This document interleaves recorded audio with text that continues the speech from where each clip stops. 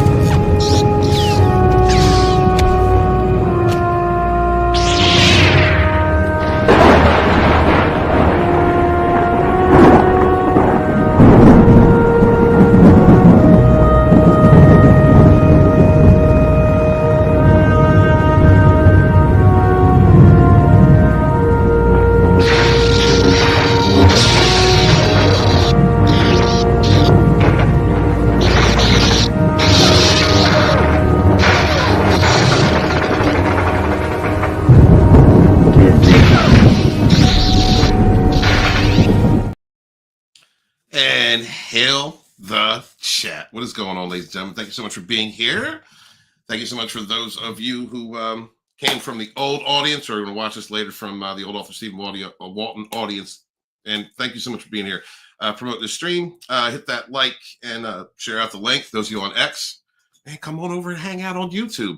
With me tonight is my Fandom Menace brethren, my trans fat brethren. The one, the only, the man with a peen so lean they come from Alpha 16, immortal motherfucking Coil. What is happening, my savage friends? You are listening to The Throat of Immortal Coil. Your oracle of whiskey mysticism, revolution is my name. We got a great show for you tonight, guys. We're going to talk a little bit about Fandom Menace Volume 2, where we are with that. And then we're reviewing Episode 2, Attack of the Clones, from the perspective of narcissism, recovery, abuse, addiction, all that kind of stuff. Really good. One of what I believe is like probably the most underrated episode of George Lucas Star Wars. It kind of gets shit on. It's like the little redheaded stepchild of Star Wars. There is some cheese. There is some clunky sort of romance in there, but there's a lot of intrigue, and then Palpatine continues to weave his web and throw out little breadcrumbs and sometimes throw them off in corners where the Jedi runs and eats them, and then he's doing shit that they can't fucking see. Palpatine being the master narcissist, man. I mean, can you think of any other villain who could outclass Palpatine? I don't. He's a full-on psychopath, in my opinion. Yeah. You know, and his master was absolutely Plagueis. I think that because so when I began looking at slaying narcs, which I've been doing a lot of lately, and I promise, guys, I'm White Wolf today. I'm trying. When I went into learning how to slay narcs and mess with their head, break them down.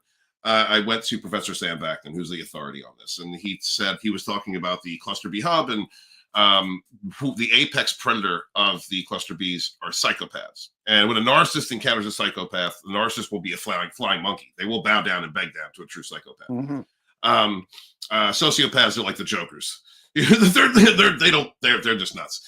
But when you look at the relationship, and I think that this movie in itself shows the development of the manipulation that Anakin has gone through, his own parental wounds, what he's grown up in and dealt with, how he's tried to adjust while dealing under the rigorous rules of the Jedi, which means he can't go see mom. He cut off his relationship with his mother, which meant a lot to him. It was his only parent.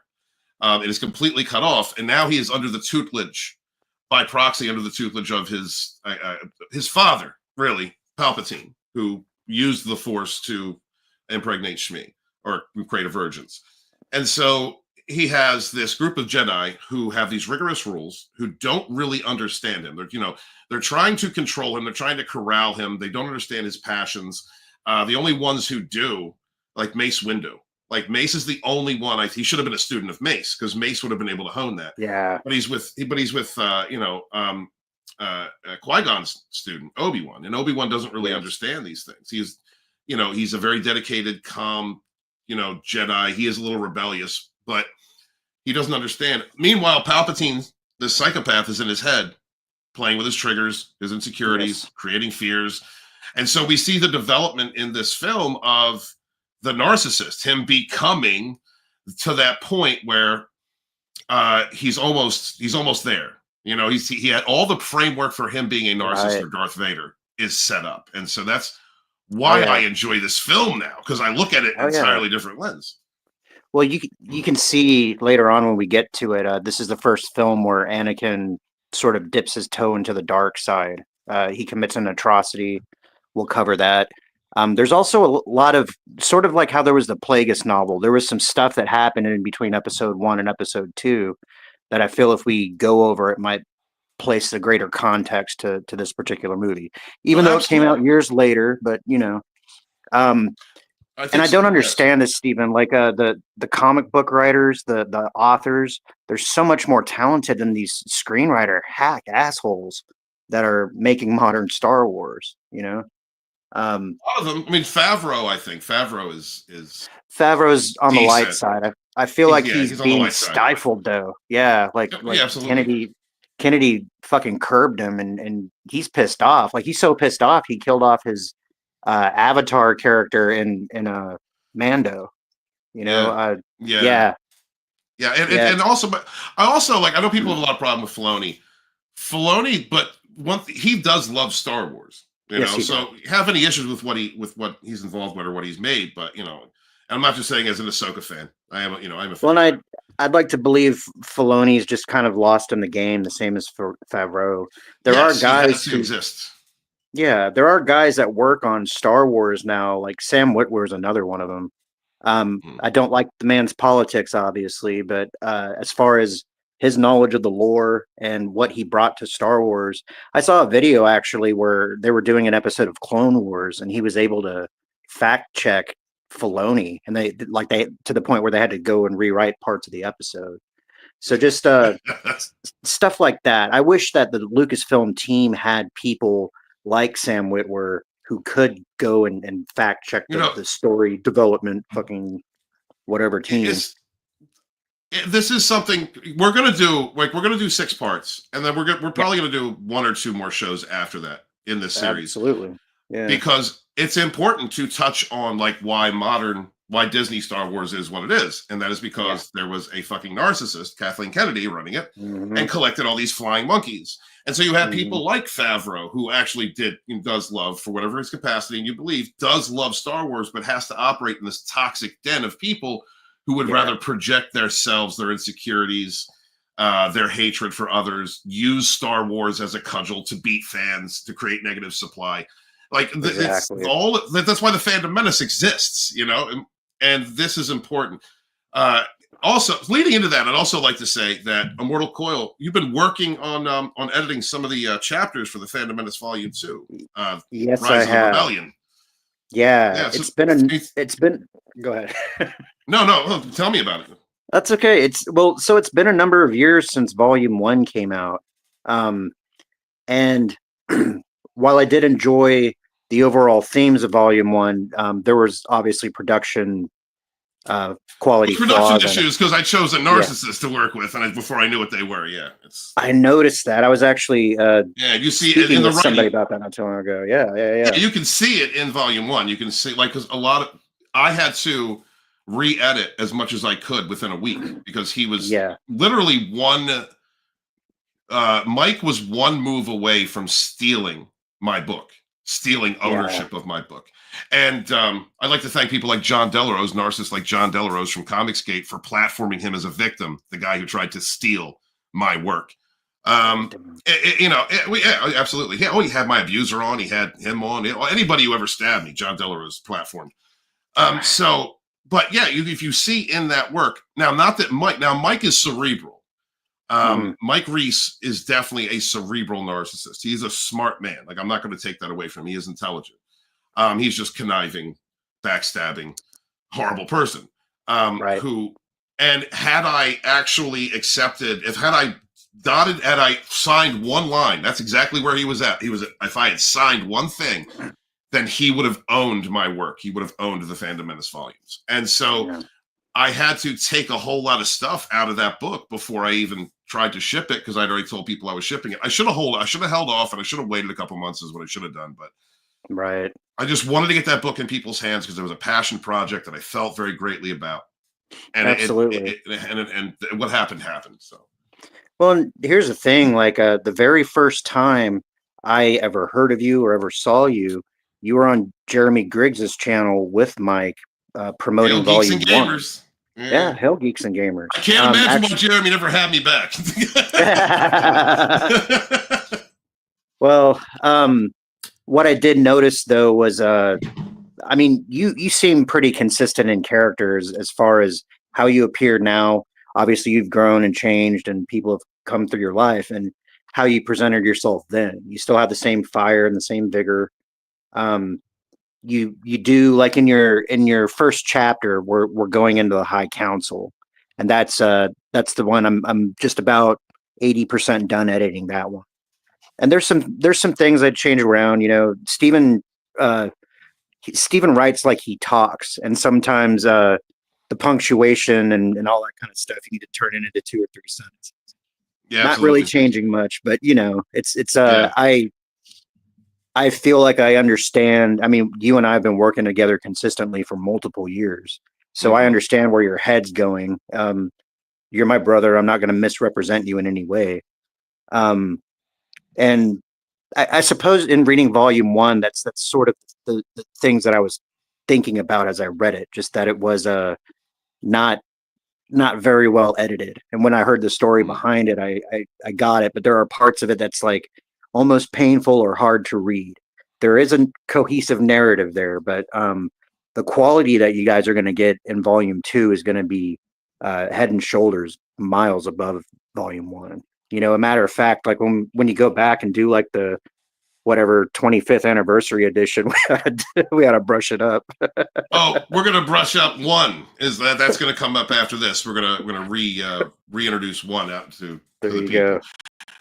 Because honestly, like, I have to redo the Comicsgate chapter. I was wrong about a couple things. Comicsgate was not started by Ethan. It was started by 6 other YouTubers before Ethan came into it. So I'd like to give them a mention and a heads up and really delve into where the actual origins of Comicsgate, not just the origin of, you know, Ethan and your boy Zach. You know. Well, and it's interesting because one of the things that you talk about in the book is how in the media, creatives like Kennedy and Kurtzman and, you know, others were targeting primarily like white males in their 40s or close white to straight that. males. Yeah. And then even though that was their primary target, other demographics saw through the same bullshit, and then the Phantom Menace as a movement grew like exponentially. Yes, absolutely. And that's why in TFMV2 we have a chapter about the gospel according to Mark with a C. The black men in the Phantom Menace, they didn't get any attention because they weren't a part of the progressive narrative. You know, Right. they weren't the 40-year-old white men who hate their mothers and hate women and live in their basements, and, you know, like, other racist, sexist, blah, blah, blah, you know, all that narrative. People like Demogeny, people like Fatal J, people like Lord Callus, Abu Nas, these people did not get the attention that they deserve, the credit that they deserve for being on the ground foundation of the Fandom Menace. So it was good. We're definitely going to be giving homage to the Dark Council, to the members of the Dark Council in Volume 2. Yeah, we have a number of chapters that were guest written by Very Doomcock. major YouTube names. Yeah, Lord Doomcock. The opening of the book is written by John Talks when he was John Talks Star Wars. Jesse Milestone also added some to it. Yeah, we definitely had some great collaborations, and there's also interviews that are going to be in the book with people like Sparky News Podcast. I have to get up at Culture Casino. I still have to interview him, but people like Hanstar, people like Abu Nas. It's important that the different perspectives from the Menace are given, and so that is something that I think adds quality to this contemporary historical documentation. Yeah. Well, in that sort of grand cohesive coming together moment when we just bang and then it was collapsing the fucking wave particle, it takes me back to those days and those times when I was perceiving all these different channels that I was following and massively admiring, just going from live stream to live stream, and then suddenly they started to collaborate. Probably none so greater than the creation of the High Council, and that's where I met a lot of you guys. Yeah, give a shout out. Give a shout out to the phallus. Absolutely, the charred phallus of Darth Vader, right? Darth Vader's charred phallus. That's what it was. Darth Vader's charred phallus in the chat of world class bullshitters. I know he's gonna give Osiris's peen a run for its money. Right? But primarily, I remember seeing you in Doomcocks, and I remember seeing you in the High Council, and that's where I think I saw Snowdub the first time there. Yeah, Midnight's Edge there. Black Angus was there, and then suddenly I hear Ethan talking about the Red Gaze, and then suddenly we're all in a fucking group together. And Lethal Lightning. Don't forget Lethal Lightning. Not to forget Lethal Lightning. I know, right. Well, so there you go. One of Lethal Lightning's first interviews ever, I was there. One of Drunk 3PO's first interviews, I was there. We're all like contemporaries in some ways, but some of us did it better than others. The very first time I was ever on a live stream, credit to Black Angus Reviews. He threw me right into the fire and put me on with Jeff Hicks from World Class Bullshitters, like one of the guys I idolized, at that time. And so he gave me a 20-minute spot talking to Jeff, and it's when I was writing Volume 1, or when I started writing Volume 1. So credit to him and Lethal Lightning for helping in the beginning.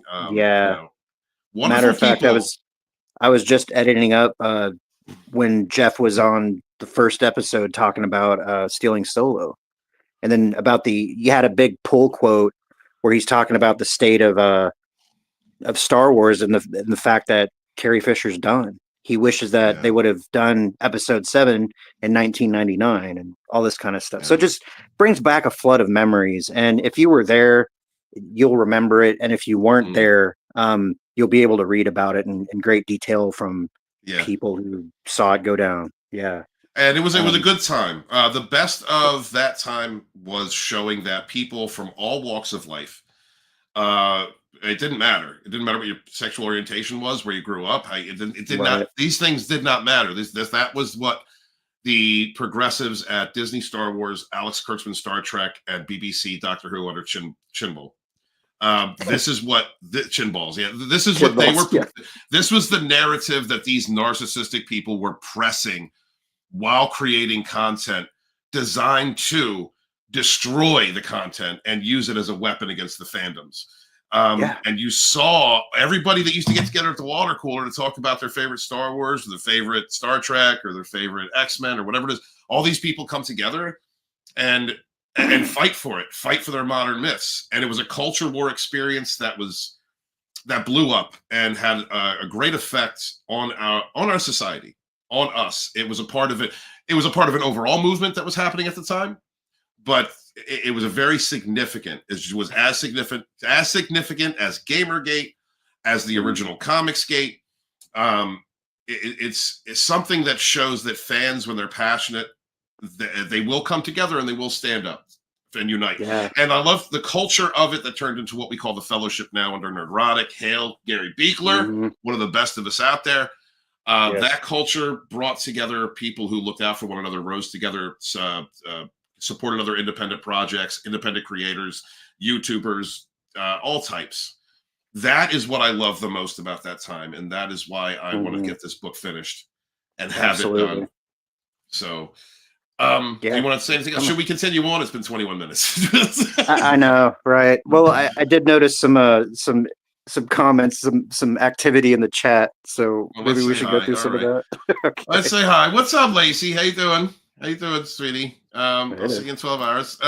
What's going on, Jewel? Good to see you. I'm a force to be reckoned with. I'm sure no one likes. Yeah, that's the attitude, Joel. That's the attitude we have here at Dragonstorm. We do not train to be merciful, and narcissists deserve no mercy. I don't know exactly what you're saying. Like, are you trying to put something in my throat? Is it my voice? I hope it's my voice you're talking. I don't want to talk. You know what? I'm not even going there, honey. I'm not even going there. What's up, MC Mike Does? Hail, brother. Good to see you. The memes of destruction. What's up, memes? Memes. I gonna give you a wrench, dude. I'm gonna give you a wrench. Memes. Please share a link to your channel. I always talk about your channel when you come in because it's a great channel, guys. If you are into some very intellectual conversations with someone who usually doesn't wear a shirt and works out and runs a lot, he's like an 8 foot. Yeah, ladies, he's an 8 foot, well hung. He's probably packing a horse kick with a brain. So if you want, check out Memes of Destruction. You'll probably love it. Good guy too, not one of the bad ones. Yeah, man. Hail the Dark Council. Thank you so much. You should let Tommy and me write a short side chapter, the best part of waking up. Yeah. You see what he did there? That's some Fandom Menace shit right there. Some fucking meta right there, man. Again, you'd have to be there if you're laughing. You've been there. What's up, John Douglas? Hail and good evening. Hail, brother. Thank you so much for being here. It's good to see you. What is up? Oh, the harem is showing up. What's up? There you go. Beth? Thought I'd let you know I'm losing my internet next week. What? No, you can't lose your internet. You gotta. No, okay. You gotta address this, Stephen. With you can't. Oh, dude, I don't. God damn it! It's the wrong type of show, Beth. You're not going to lose your internet, honey. Why aren't you torturing men? First off, you should be out there manipulating and torturing men into paying all your bills. All right, this is what we do. This is what we do around here. All right. I mean, God damn it, Beth. How am I supposed to get my weekly devaluation from you? How am I not supposed to be told what a piece of trash I am and love it if you're not on the internet? We're going to have to fix this situation. We're going to have to fix this. Anakin's good at fixing things. You should get in touch with Anakin. John Douglas says, the Fandom Menace broke me out of hypnosis. I wouldn't be here doing my indie books or my channel without all of them. Hail, brother. Hail to you. Yeah. It did a lot of good things before it collapsed. But I mean, as all movements do, really, they do collapse. But I'm glad that there you are out here making indie books and indie comic creator. If anybody, John, if anybody can go to John's, put your handle out there, John. One of my mods will promote your book. Please put a promotion out for John, whatever he's working on at this time, his projects, because that's what we do around here. We rise together. Papa Cotton is in the house. What's up, dude? We're going to have a good time tonight, talking about some Star Wars. Parrot Head is in the chat. Tree Humper and Alien Humper. That's what we are. Every man has his predilections. This bastard. I do not have sex with trees. This is not right. This does not happen. Where's my clip? This doesn't happen. Vaginas in the rain. So many fucks given. Where's vagina? Vaginas in the rain. So many fucks given. This is a lie. I do not have sex with trees. God damn it. Oh my God. Yeah, we're taking it back to fucking author days here. Right. So let's we did stir the drink on the past, but yes, sir. Let's go. So I mean, you can always throw a few choice bits of vulgarity your way if you need a little spite in your life. Absolutely, bro. Absolutely. So let us go in. Let us enter in. You wanted to cover something, Tales of the Jedi. You want to cover something before? Yeah. So did you have an opportunity to watch any of that, Stephen? I know it's been a busy. While it was narc slaying and worrying about people threatening my woman and all. No, I didn't have any time. I'm sorry. Probably not. Okay, so there are 2 characters covered in Tales of the Jedi. There's Ahsoka. You find out about her backstory, but the more interesting one was actually Count Dooku. And if you guys haven't seen it, I'm about to spoil the fuck out of it. So what it does is it helps put context into what happens in episode 2. We'll also cover a couple of comic book points real fast. But so Tales of the Jedi, it begins with Dooku when he's young. And to their credit, the CG modelers, they actually used old images of Christopher Lee, like back when he was doing Count Dracula shit. So there was Really? one version. Yeah, there's one version where he has dark hair and he has that kind of Wolverine cut, and then he has no beard. And Qui-Gon Jinn is about 14 in that episode. So they like de-age some sort of version of Liam Neeson. They he had some Ricardo Montalban pecs, though, I must say. He had some breastises, right? Oh, did he really? Okay, hold on. Yeah. You'll have to look out for them when you find it.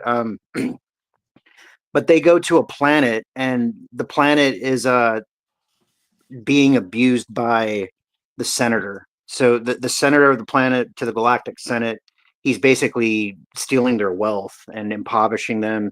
He lives like a fat cat in the high ivory towers on Coruscant. And Dooku gets wind of it, and he gets pissed off. Like, this is one of the first times he realizes that the Senate's corrupt, and he's on a favor for the Senate in the name of the Jedi to, go and solve an insurrection that's occurred because the senator is a fuckhead piece of shit. In this, the climax of the episode is Dooku ends up force choking this guy, and like he's pissed. You can sense the murderous intent in his eyes. Qui-Gon's kind of sitting there going like, "Master, master, no master," and it's actually the son of the senator, who is one of the insurrectionists, that jumps in front of Dooku and snaps him out of it. So you get sort of a rhyming motif. George Lucas likes to rhyme. Obviously, Dave Filoni wrote it, all this kind of stuff, so he has Lucas's ear. Okay. The next episode with Dooku involves another mission on behalf of the Senate. This time he's riding along with Mace Windu. So they go to this planet where it's not clear who the bad guys are. Is it the Senate, or is it other elements? The bad guy that we see, I'm trying not to spoil it too much, just in case you want to see it. The bad guy that you just say it. I want to watch it anyway. Just make the point. Yeah. So essentially, again, Dooku realizes it's a piece of shit. He deflects a blaster bolt back into the bad guy, and then he just starts questioning Mace Windu. He's like, how do we know that we're really on the right side of the Force here? We're running around being errand boys when we should be listening to the will of the Force. You can hear echoes of how Qui-Gon thinks, because obviously this is his old master. That was his Padawan. You can see he's looking a little bit more like the elder Christopher Lee. He's got a beard going on now. But one of the things that we discover is that we learn how Mace Windu got his council seat, and it's because another Jedi died carelessly, and he was the next in line. So Yoda said, "Hey, step up, welcome to the show," kind of thing. And Dooku was like, "I find it curious that you have the Senate or the High Council seat now." And Windu's kind of like, "Is that a problem?" And he goes, "No, it's just interesting." And I'm paraphrasing, and then the episode ends. Now, the third and final episode in this Tales of the Jedi, he has a conversation with Qui-Gon Jinn right before Qui-Gon's supposed to go and confront Darth Maul and all that kind of stuff. And I think it's right after they found Anakin, because he talks about, like, so this boy you found, blah, blah, blah. He goes, I look forward to meeting Obi-Wan Kenobi at some point. You've always spoken highly of him. And then you were talking about Yaddle the other day, weren't you? Yes, I was. Yeah, so Yaddle and him have a conversation outside of the Temple archives, and she's starting to sense that there's something kind of off about him. Then Qui-Gon, they don't show Qui-Gon dying, but they kind of time jump, and he's standing there staring at the only tree that grows on Coruscant, and it's at the Jedi Temple. Mm-hmm. And Yaddle's, again, she's kind of like, "Are you okay? We all cared about Qui-Gon and blah, blah, blah." And you can tell Dooku's pissed, but he kind of goes, Qui-Gon's a part of the Force now. I'm gonna let him go, so you should too. Except it's causing him to fall to the dark side. Fast forward, we actually see Dooku is the one that altered the Jedi archives about the existence of Kamino. So I figured that. So we see that, and this is all canon. This is on Disney Plus. You can go watch this shit like right now if you wanted to. But that also, after the show. Not right now. No, after the show. Yeah. But that kind of sets into motion the idea that he's covering up for Sifo-Dyas and all that kind of stuff.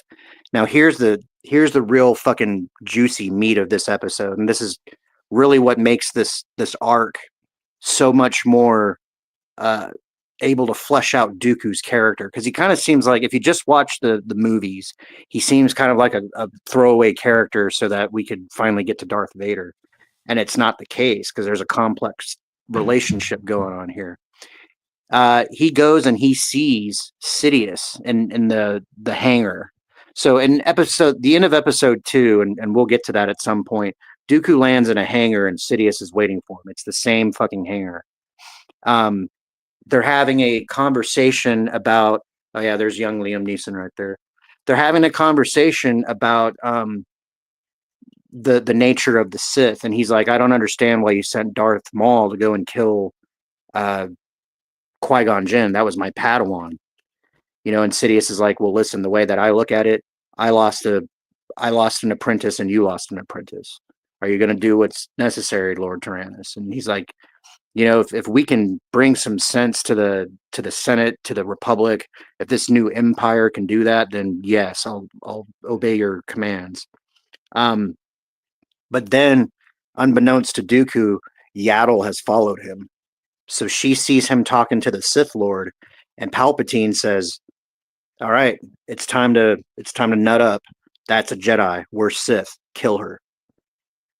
And Dooku's kind of like, but he finally lights up his saber, and Yaddle ends up dying. So Darth Tyrannus killed Yaddle. Isn't that some fucking shit? All right. Well, damn. Yeah. Yeah. Well, but and here's exactly. We were like, where did she fucking go? Dooku killed her. So hopefully she had time to shit out Grogu. Hopefully Yoda got his dick wet.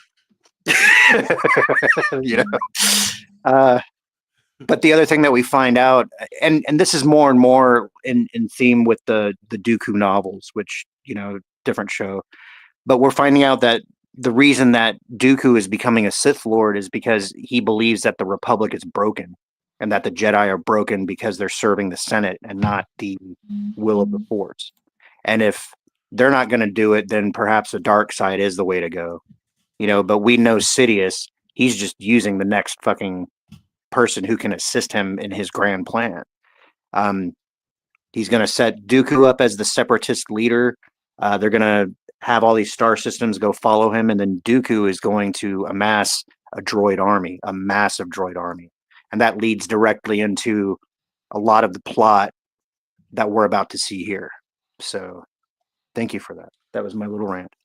Right. No, thank you so much. And this is writing volume 2 with me, is Alex, for a reason. Thank you so much. I always want to say hi to Kanita. What's up? Conversation with Conversing with Kanita. Share a link out to your socials if you would, guys. Please follow Kanita. She is going to be working with the Dragonstorm Rogues here soon, and I'm very happy to have her working with the team. So, Attack of the Clones, sir. The first scene that we have in this film, let me see if I can fast forward to it, is the assassination attempt upon Amidala, who against Amidala. It really lets you know at the beginning of the film the tone of this film of what it's going to be. This is about death. This is about warfare. It is about, and it's also in that scene letting you know that it's about deception. Like you got Darth Sidious, the psychopath. He's basically been manipulating and maneuvering his way through in order to attain the highest level of power, maintain his power, expand his power. So it has a lot to do with the dark side of the Force and the deception involved in fooling. I mean, basically the Galactic Senate, the Jedi, like the most powerful psychics, the most powerful empaths in the galaxy, right? And he is able to deceive them. So this scene, I think, really opens up to the fact that we're going to be, the tone of this movie is going to be about, murder, fear, deception. And that's how I saw it. How did you see the opening of this film? Well, if we take it upon its surface, we see her land at a landing pad. They get off, and then Captain Tycho says something along the lines of, well, I guess all that shit we were worried about wasn't really anything to worry about. And then an explosion goes off, but one of Padme's decoys falls. Okay, so right away, we know that somebody is trying to kill her. We just don't know who's trying to kill her. And there's a little bit of like a mystery movie in that, as much as George Lucas can pull that off. Mm-hmm. But knowing what we know now on the other side of all this, I mean, this is, what was that, like 25 years ago, 24, something like that? Don't make me feel so old. I know, dude. I saw it in Tampa, Florida, in like one of the first digital theaters that was available in my area. So I feel it too. And I think I was like, I want to say I was like 19 or 20. So I wasn't, there's not too much age difference between myself and Anakin. So it's easy to throw myself into that role. Mm. Although I was massively much more disciplined than Anakin. Aside from that, though, the thing that I wonder about is this Palpatine trying to send somebody after Amidala because he knows that the Jedi are going to come to him about her because they're from the same planet, and then therefore he can put her and Anakin together. Honestly, what do you think about that? No, I that had nothing to do with it. So, to my mind, he has always held resentment against Padme because she screwed up his plans in the beginning. All right, so he's holding resentment. Right, okay. You're talking about a narcissistic personality. He holds resentment, but he's a psychopath. That's why I say there's a big difference between him. He's not a narcissist. He's a psychopath. Because a psychopath will take time. They will execute things surgically. They don't allow their emotions to override their desired outcome. He held resentment against Padme since she had acted in ways that he did not expect in the first movie, which led to an outcome that he eventually used for his own purposes, but it delayed his plans. Yeah, it did not happen the way he wanted it to happen. So he was a master of using what occurs to still kind of steer the force towards his outcome. Yes. I believe in maneuvering. I've learned how to do that myself.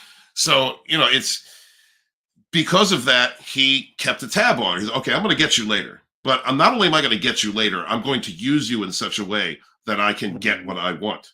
And so so in a way, yes, he was trying to kill her.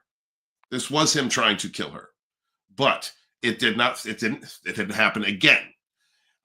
So she's still alive, but what he had wanted from that event did take place, which was the Jedi coming to him, the Senate being scared, creating this false threat.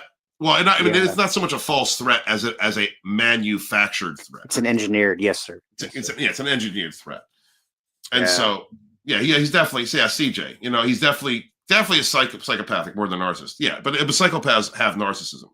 And it's just like Memes is saying, Sidious hides in plain sight. That's exactly how a grand manipulator, a very proficient, excellent manipulator works. And you're right, he hid in plain sight. Yeah, you should go check out the last show in this playlist, Memes. We talk about how Sidious was innately able to mask his force signature even when Plagueis found him. I think you'd dig that kind of stuff in there.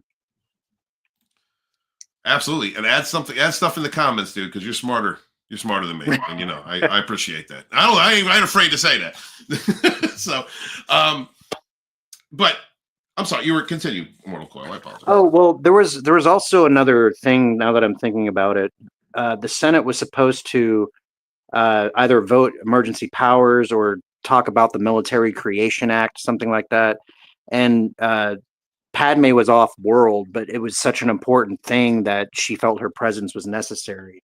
And then that kind of created, they created the opening to go after her with an assassin. Okay, so here we go. Here's a Jedi. Sith Lord is right in front of them, front and center. Right in front of them, right? It's like fucking Meme said. Yep, just like he said. There has never been, and I love a lot of the stories that I know of from the EU that talk about, or I mean, especially the Old Republic. I love the Old Republic. Yes. There have been some great Sith Lords, great stories, great tragedies.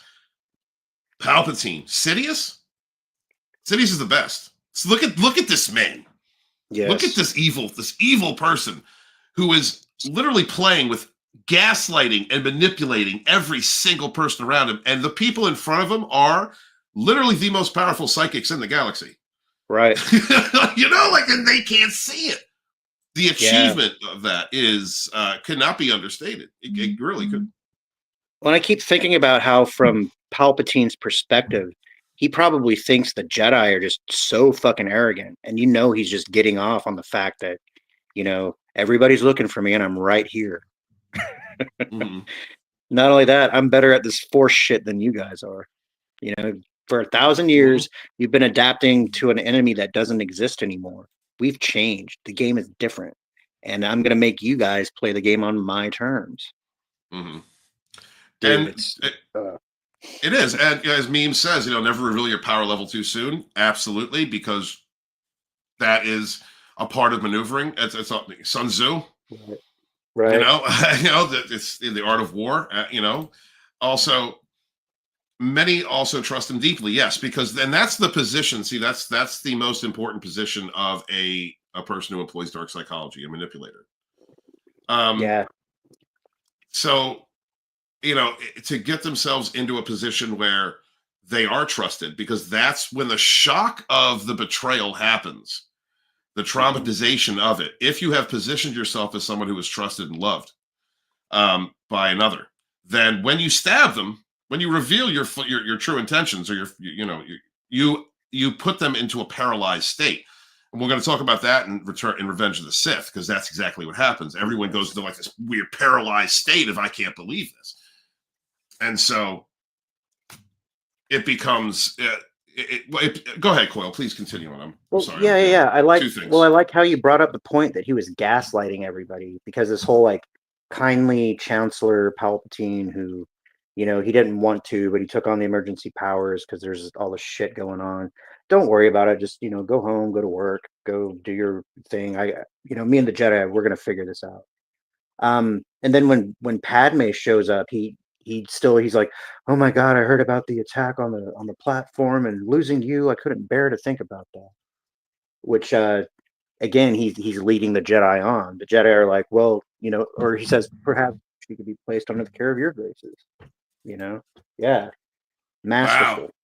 Masterful. It is masterful. And I just want to say, if what I'm being told behind the scenes here is true, that part 2 from last night is going to be juicy.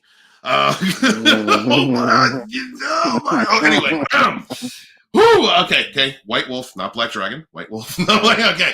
Stay tuned to this channel, motherfuckers. We're talking Star Wars now. Stolen valor all over the place right now. Holy shit. Okay. Stop. So, led by Christ, what is up, yo?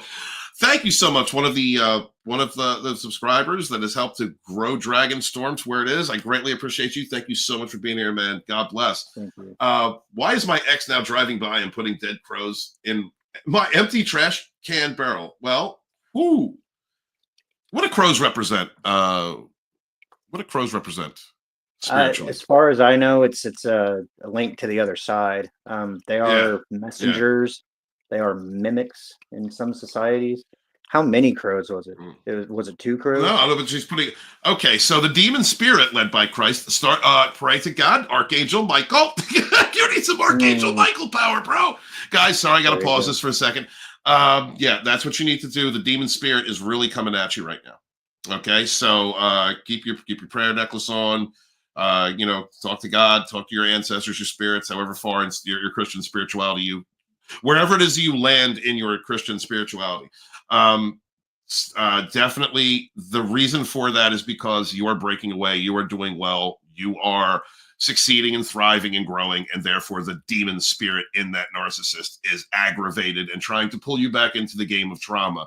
This is what they do. It's kind of like the narcissistic collapse death rattle. Definitely a desperation for supply. Dude, my prayers to you, and God bless you, and Lord Lady protect you. Yeah, please put cameras up and be safe, man.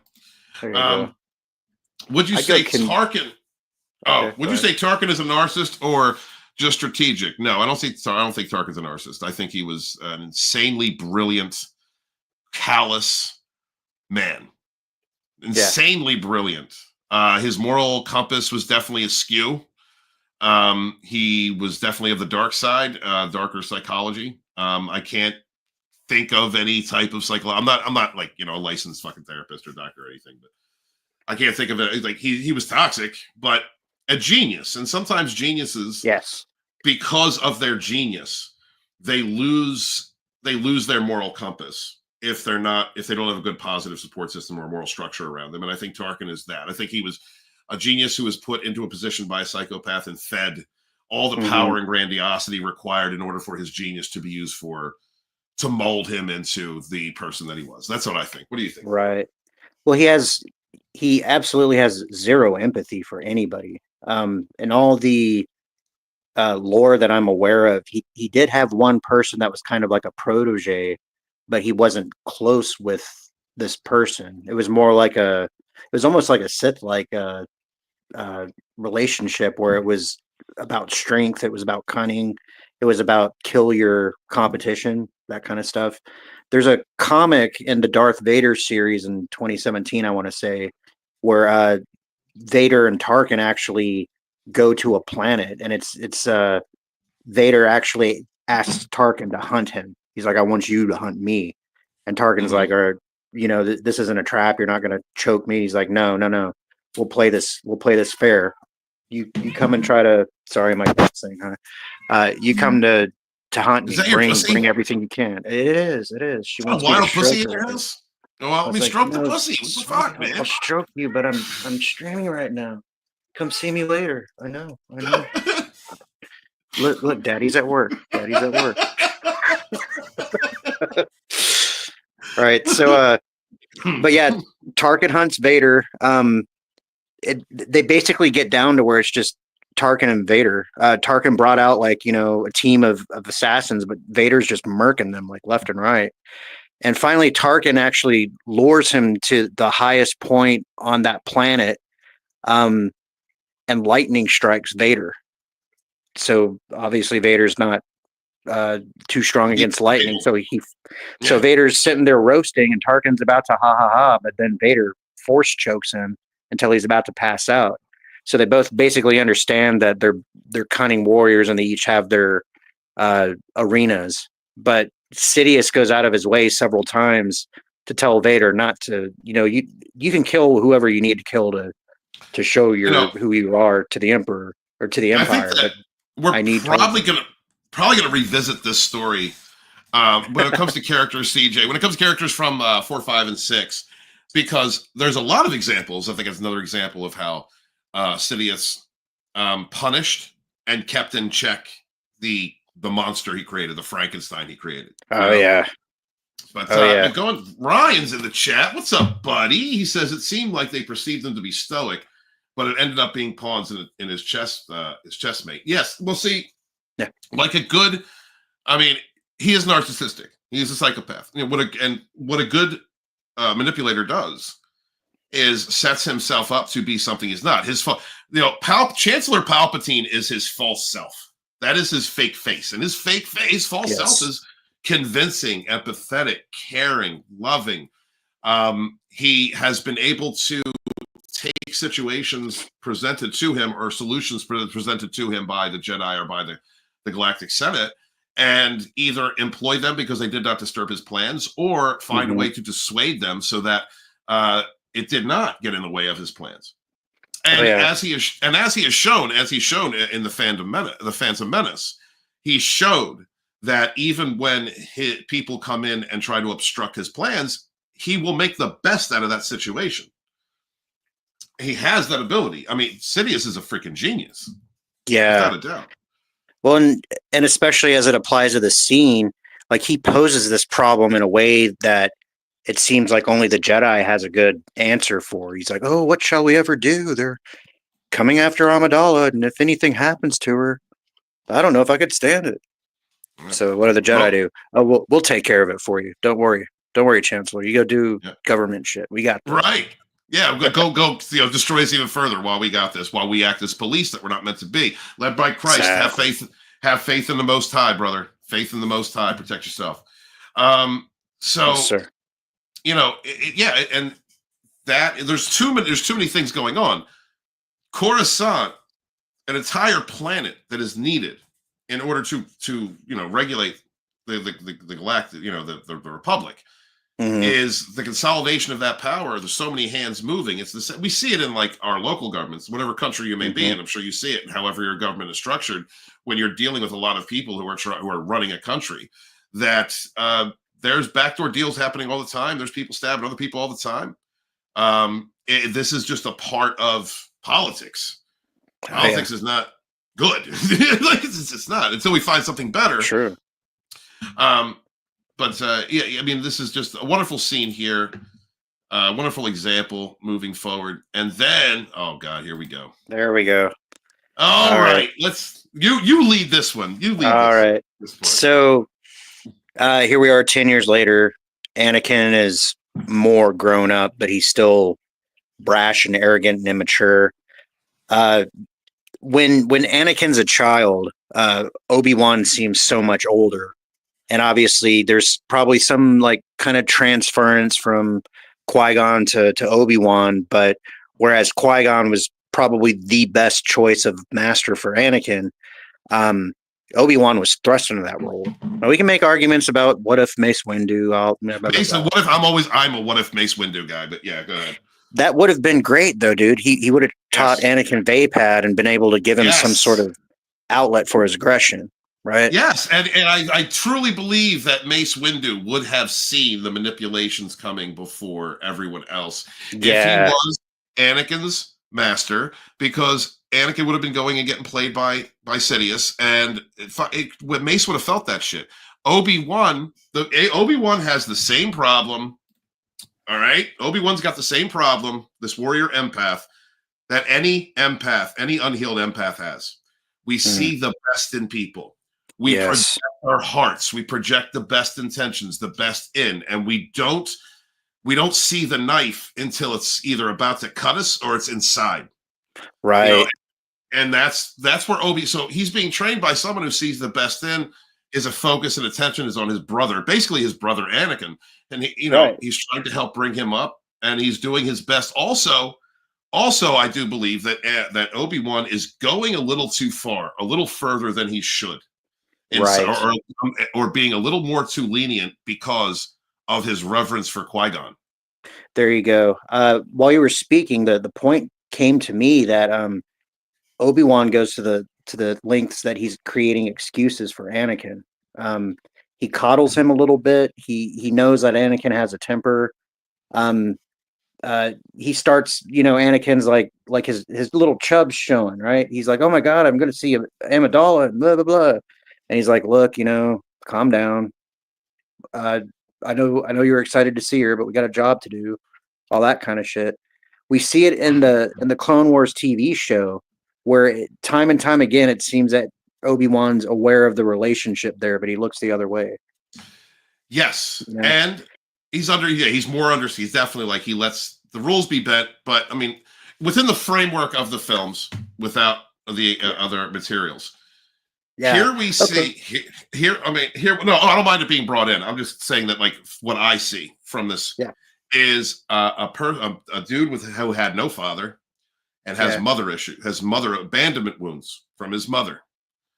All right, he's not been allowed to see his mom. The only person right after he was taken from his mother that he had to attach himself to was Padme. So there's the mommy image. There's the mommy reference. And so whenever Anakin, he's going to see his mom in Padme.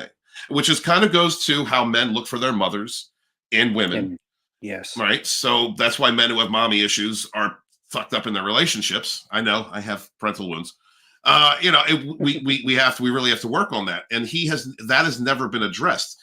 His mental health in this way has never been addressed. Yeah. He has these parental wounds. The way that the Jedi run their order is we don't talk without, you separate yourself from parents. And so that matrix, that conditioning in itself exasperates his wounds. The only attachment that he has to mom at this point is Padme. And so this is a trauma. This is a trauma that's running through his head right now. That's why he's acting like that. Yeah, well, I wonder too, does Obi-Wan experience any degree of survivor's guilt? Like he's kind of inherited Qui-Gon's problem. It's like, oh, if only Master Qui-Gon was here. Mm-hmm. Yeah. Yeah, I think absolutely.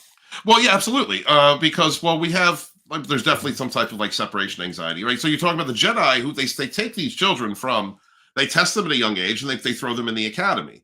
Right. So basically the Jedi are your family. If there is a way to, enact that and make it a healthy environment, but we're all built different, right? And these are force sensitive people. They feel the force. They're right.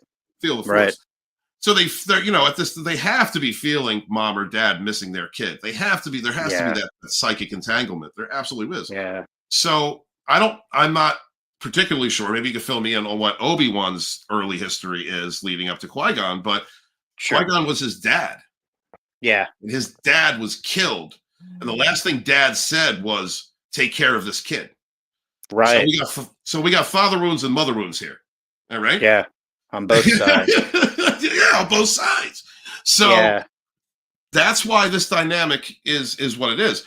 Now, I guarantee you, without the induction of the manipulation from Sidious, without that, I do believe that Anakin would have grown to be a healthy young man. He wouldn't have taken he because of what he put up with, because of where he came from, what happened to him. He always had the disposition to be narcissistic or to fall to the dark side, but he would have been in a very much more healthy, structured environment. Not that he wouldn't have had issues. We all have issues, bro. But the manipulation of Sidious, and we'll talk about that later, is what exasperates these problems. Here he is seeing mom, and he loves mom, but he's loving it through the relationship dynamic, and so that's why that's why we get creepy Anakin. Yeah, well, we're kind of getting like the fool's version of that, right? Because I'm sure inside his head he thinks he's sounding smooth. He's like, yeah, I've been missing you too, missing you because you're so pretty and beautiful and shit. But then it comes out all stupid, and I can just imagine him like privately just being like, "Fuck, why did I say that shit?" Yeah, definitely. He's got fear. He's got insecurities. Absolutely. Yeah. Absolutely. Right. And so where is the pictures? But they're trying their best. Look, and in this scene right now, he's hyper protective. She's talking about the threat to her life, and now he's like, "Nah, my penis is not going to have this." All right, Mom, I'm going to protect you, Mom. Meanwhile, Obi-Wan, this is totally what you've been waiting for all night. Yeah, right. Here we go. All right, we got this. All right, so we have. Oh, sorry, guys, I have to go here. So we got the dumb cuck lover over here at Jar Jar. All right, cuck husband. He's the good guy. He's not getting laid. Annie's gonna get it. All right, because Annie's a little sick in the head. He's definitely gonna get that poon. It's dangerous. And poor daddy, poor daddy Juan.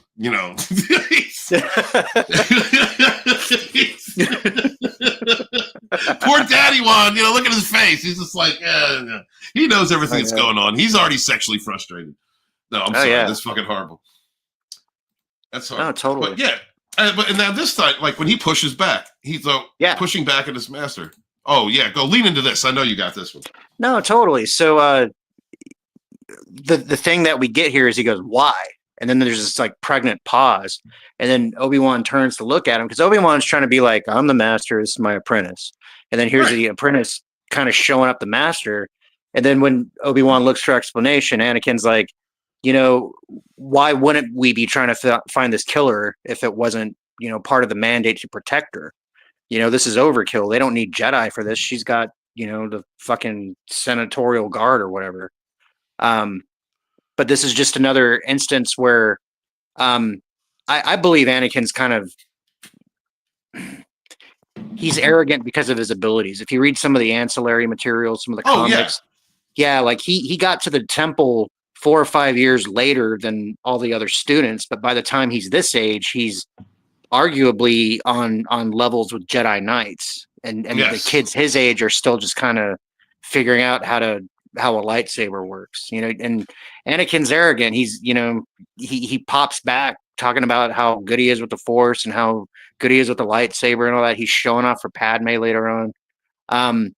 So even though he loves Obi-Wan, he's frustrated at the limits that Obi-Wan is placing upon him. And then meanwhile, every time he sees Palpatine's like, "Oh my God, you're so talented. I can't believe they found you. You're the best Jedi I've ever seen." I know, right, right. Yeah. See, he's got two parents. He's got two dads. My two dads. Yes. All right. And one dad is trying to tell him to slow down, to be structured. And he's not doing it to stop him. He's doing it to hone his abilities. He's doing it in order to teach him control, which is very important when you have magic. Control is very important, and balance. And that's what he's trying to employ to him. Then you've got Sidious, who's the enabler. So the enabler is telling him, "No, you're the bestest ever. There is no reason why you're not the bestest ever, because you are the bestest ever. And you should do whatever you want. You should be allowed to do whatever you want." That's the toxic parent. Mm-hmm. And so that is the issue here. You're right. You're pouring honey down his ear. I'd also like to mention that this scene in and of itself is what you call a sword fight, ladies. This is when two cocks have a measuring contest. There is one cock in this room that is the bigger cock. All right. And there was another cock that is a young, virile, strong cock. But that cock thinks that he should be running the other cock. And that's not the way it goes. This happens with men all the time. Let you know, whether it's in football or at a bar or playing video games, this is what we do. It's just leave it alone. It's just cockfights are a thing. We swear we're not gay, but for some reason we measure dicks. So exactly. Yep. But he's showing that this is where his impulse is showing. That's why Obi-Wan's trying to calm him, right? He's showing that impulse. This is the influence of Sidious. This is absolutely the influence of Sidious exasperating his impulses, his lack of impulse control, grandiosity. This is forged, which already exists due to everything you had said about where he is in his position and who he is in the Jedi Council. I mean, the Jedi Temple and the structure, the hierarchy. He is on a level of Jedi Knight, but he does not have the control. He's too immature. And if he doesn't learn how to hone that, then he's going to turn into what he turns into, which is the fucking malignant narcissist of the fucking killer universe. That's what he, Let's go forward. There's also he's also got Padme, who's trying to be, Padme, who's also trying to be nice, because Padme's a kind soul. So Padme in this situation is, she doesn't really have any. This is a healthy woman. This is a healthy woman who was raised correctly, cultured, loved, given great background. She's intelligent. She was so remarkable that she was chosen to lead her people in a system where they do have young people be the queens or the royalty of the court, but she was picked for that position. So Padme's weakness is projection as well. She projects her good heart. Which tarot card embodies Padme at this point? That right there. I would say, honestly, the Empress. I was just thinking that. I was like, either the Empress or the Star. I can't decide. Well, the Empress, because at this point, honestly, Padme embodies all four queens: the swords, cups, pentacles, and wands. She embodies all four, so she can vacillate between them. She is the Empress. But we see her in this scene go from cups to swords real quick because this young cock is being thrust at her. So she goes from cups to swords real quick. Well, that's the thing. So she hasn't seen Anakin in 10 years or whatever, and she goes, "Oh my God, Anakin, is that you?" And she's like, "Oh yeah, you're just this goofy motherfucker I met on Tatooine." Yeah, right. But Anakin keeps pressing. He's like, "No, my lady," And then she finally comes back with, "You're making me uncomfortable." But she likes that. That's the problem with women is they like that. They like that. And they say, oh, I don't like that. You're being creepy. You're being yeah, you like that. And that's why a lot of you fall for toxic bad boys. That's kind of Annie's a little bit of a toxic bad boy. So yeah, the good girl bad boy thing. That's exactly what it is. Do we need to talk about Jar Jar? They gave him a little. Well, yeah, we should. They gave him a little bit too. Well, they gave him a little so we're talking tarot cards. He's still a fool. He's still all that kind of shit. But the thing that he adds to the scene, like Anakin, like right away, he's just like down on himself. He's like, "Fuck, I was stupid. I shouldn't have said that shit. I'm probably pissing her off." And Jar Jar's like, "Nah, man, she's actually a lot happier than I've seen her recently." So then, boom, ego boost. Anakin's like, "Oh, that's because I'm here." And my balls smell good. Yeah, it's like his balls smell like aqua velva. Exactly. But again, Jar Jar Binks, right? Who embodies, like we said, from the first film. That's true friendship. Honest, pure, innocent friendship. And so, yeah, he is gonna, that's one of his friends from back in the day. He's obviously Jar Jar. I don't think Jar Jar is as dumb, let's say, or unintelligent as he was. He's definitely taken on responsibilities and has been cultured now because the Gungans and the Naboo are working together. But under the influence of Padme, who has absolutely, as the Empress, taken the time to help steward him. He's still that innocent, outwardly friendly type. Like, so that is his function. It's like I said, without the influence of Palpatine, this entire friend group would have gone far and for decades and been probably friends for a very long time and helped each other to grow because they already show examples of that. Yeah, and I'm thinking Jar Jar's like the junior senator from Naboo at this point. So while Padme has this like security reason not to be there, Jar Jar, it's okay for Jar Jar to be there. He got Palpatine elected in the first place. Yeah, well, nobody's trying to kill Jar Jar, all right? Because if they had tried before, all they got to do is go back to his the battle scene on Naboo. Like, you can shoot. Jar Jar is like the opposite of the stormtroopers. All right, you can fire at the ceiling at a stormtrooper, and the stormtrooper 10 feet in front of you is going to get shot. All right, that bullet is good. That is going to bounce off the ceiling or turn around from the sky and shoot that. The stormtroopers get killed all the time. You can shoot Jar Jar point blank, and the universe will warp around him. All right, and he's going to stumble, and he's going to trip, and he's going to fall, and he's going to kill the other guy by accident. Like that. So there's no assassinating Jar Jar. He's too. I swear to God, he's a Sith Lord. Jar Jar's a goddamn Sith Lord. He's. I know that was going to come up at some point. Yeah. But then it also makes me wonder. So Padme gets there. She sees all these reminders of simpler times. Everybody first met when they found Anakin. So all that kind of shit. Anakin, if he was smooth, he should have been like, "Do you still have that thing I gave you?" That. But Anakin doesn't know how to put bass in his voice at this point. He's just kind of like, "You're so smooth, my lady." Come, my lady. Come, my lady. Exactly. He's playing like really gay early 2000s, late 90s. "Hey, Padme, how about a pizza and a fuck, Padme?" She's like, "Absolutely not." It was like, right. I'm so offended. Totally. Right, close, slams the door, gets on the bed, reaches for her vibrator. Like, yeah, come on, we know what's going on. Oh, you know it. Yeah, get the fuck out of here. No, she's in bed right now. What do you think she's doing? She's done. She was finished. To disable the security cameras, my master. Well, R2D2 has a lot of extensions. He's built. Right. R2's actually built for pleasure. He's the pimp of Star Wars, if you didn't know. All right, let's face it. Saw's all in there that he hasn't attacked before.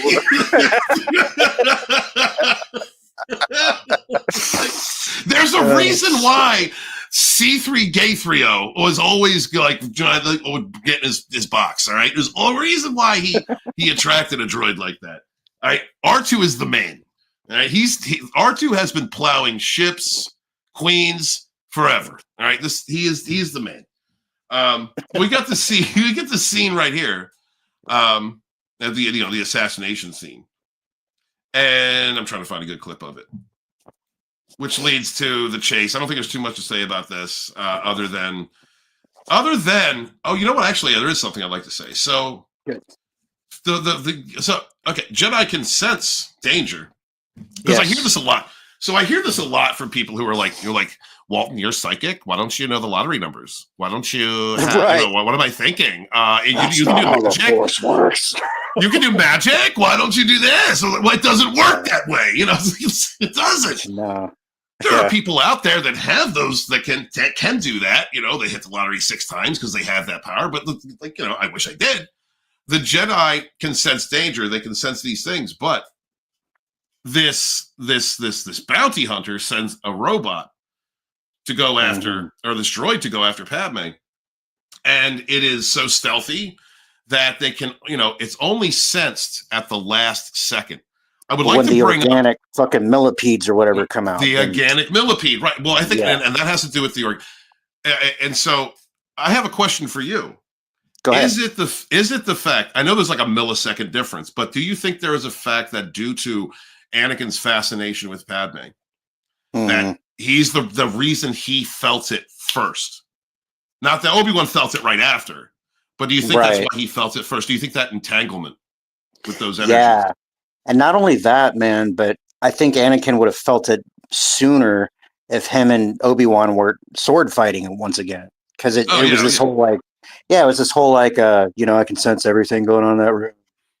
Obi-Wan's like, perhaps your senses are not so finely attuned, my young apprentice. And he goes, oh, and yours are? And he's possibly. So they're sitting there like bickering, and all this time the droid's like throwing those worms in, and it's only at that last second when they realize that they're my dick's bigger than yours. Your dick, yeah. Yeah. Oh, ladies, real quick, stop short. Ladies, I'd also like to mention that working with a group of women, you guys really stab each other. You guys really talk trash and get together and go after one another, but you do unify at some point when you have an outside source to attack. Men bicker worse than you. I don't know if you believe this, but men will at a workplace bicker worse than you. Enter the sword fight. It's just 2 of them and they're sword fighting. Imagine 10 of these fuckers together. Oh yeah. Jeez. But yeah, so Anakin hops up. We're amazed by his precision because he's waving this deadly lightsaber inches away from this girl that he desperately wants to. I know he wants to fuck her, but I don't know if he convinced himself yet that he's in love with her. So I'm thinking right now it's somewhere between lust and a puppy dog crush, and then the love part happens later on. No, maybe. I think maybe. Honestly, I think that he's been so starved of love when it comes to divine feminine or feminine influence. Absolutely. Yeah. That he is absolutely in love. He has been in love. He just, it hasn't hit him yet. And so it may come through as a puppy crush or something like that. But I do think I do think that he does love her. And I think that connection is what that is a good point. The Jedi try to get you into this like Vulcan state of mind. Deny your passions, all that kind of shit. Anakin was never good at that. So here we go. Yep. So it comes through with the. I try to get that clip, but I can't get it. So it comes through. Let's talk about this part because the chase. Anakin once again shows. I like how Lucas went back and really tried to keep the themes from the original as much as he could, which was Anakin Skywalker was an amazing pilot. Yeah. And we see that once again. Could have been the best when it comes to anything. Yes. Also, this is the thing about hyper talented people who have uncontrollable egos or a very difficult time controlling their emotions and having balance.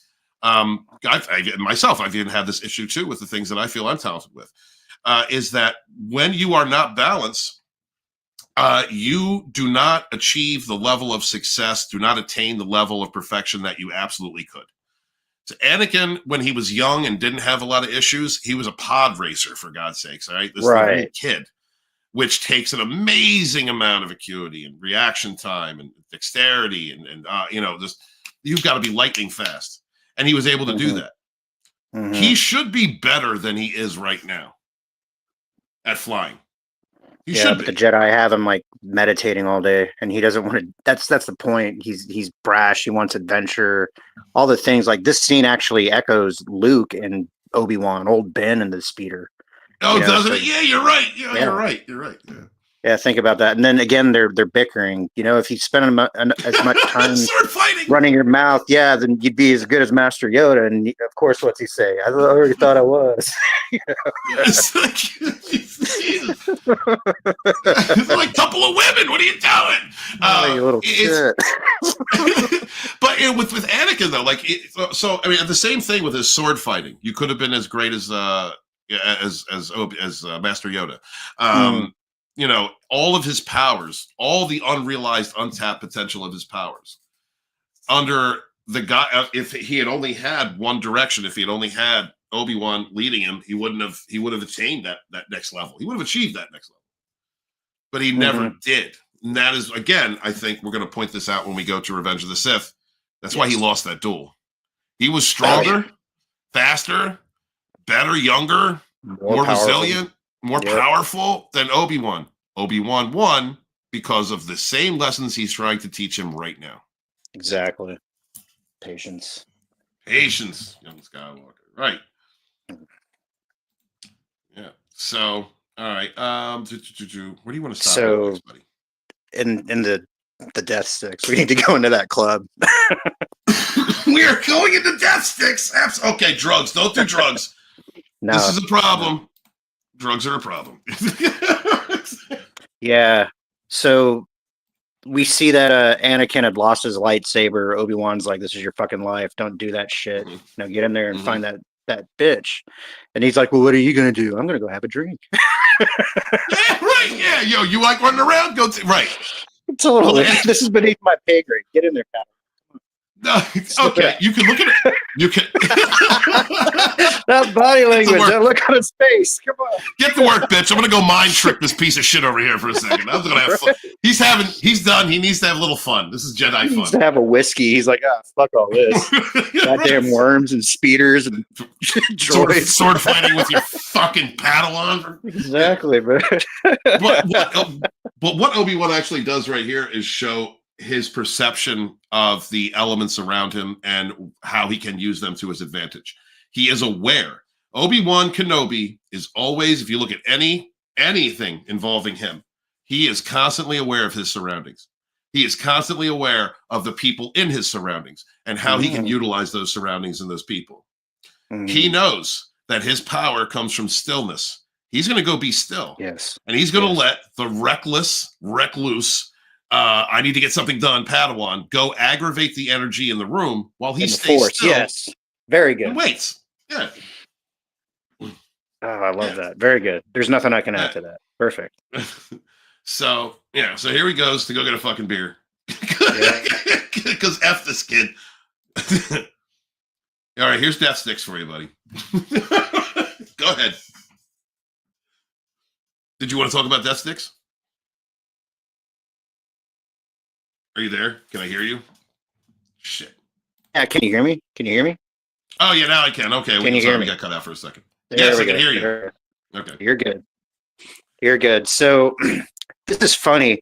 This kid who's offering him drugs or whatever, he was that little kid on the Matrix that he was like, "So do you like the lady in red? Did you like that bitch? Did she?" No, get out of here. And then check this out. There's a lady in the club that turns around and smiles at Anakin and checks him out. And that's the lady that played the lady in red in the Matrix. So I don't know if I don't think George Lucas does shit in accident, man. Yeah. Get out of here. Get out of here. Yeah, I'm actually looking for her now. I am. I'm looking for it right now. God, we're only like 10 minutes into this fucking film. Hold on. We're gonna have to break this up. All right, where is she? Lady in red. There she is. Which one? Yeah. Is that her? Get out of here. That's her. Lady in red. Like and then turn around, Neo. Yeah, I like that nice makeup little too. homage. Yeah. I can't. She looks like she has damage in her eyes, and that's just my kind. Oh my god. Well, she, and in my head, once I realized that, I wanted to believe that she was dating the Death Sticks guy. because they always go after. Yeah, right. Well, yeah, they go into dating the Death Sticks guy, probably cheating on him, getting money off of him. Yeah. All right. No, we're not going there today. That's not what we're doing. We're not doing that. I'm not. No Ashley and Bill references. All right. So. All right. Yeah. So here we go. Yes. Yeah. Go ahead, brother. Well, just like you're saying, so Obi-Wan makes himself still. He's waiting for the agitation level in the room to escalate, and then we see him predict that the bounty hunter is coming after him, and then we get a nice callback to episode 4 in the cantina scene where come let me buy you a drink, and the lightsaber comes out. Yeah, dude. Good talk. Good talk. So there's always been this debate on whether or not the bounty hunters are force sensitive in Star Wars, because I think we'll talk about this just for a minute. Because you have people, these bounty hunters literally can hunt Jedi and have successfully killed Jedi.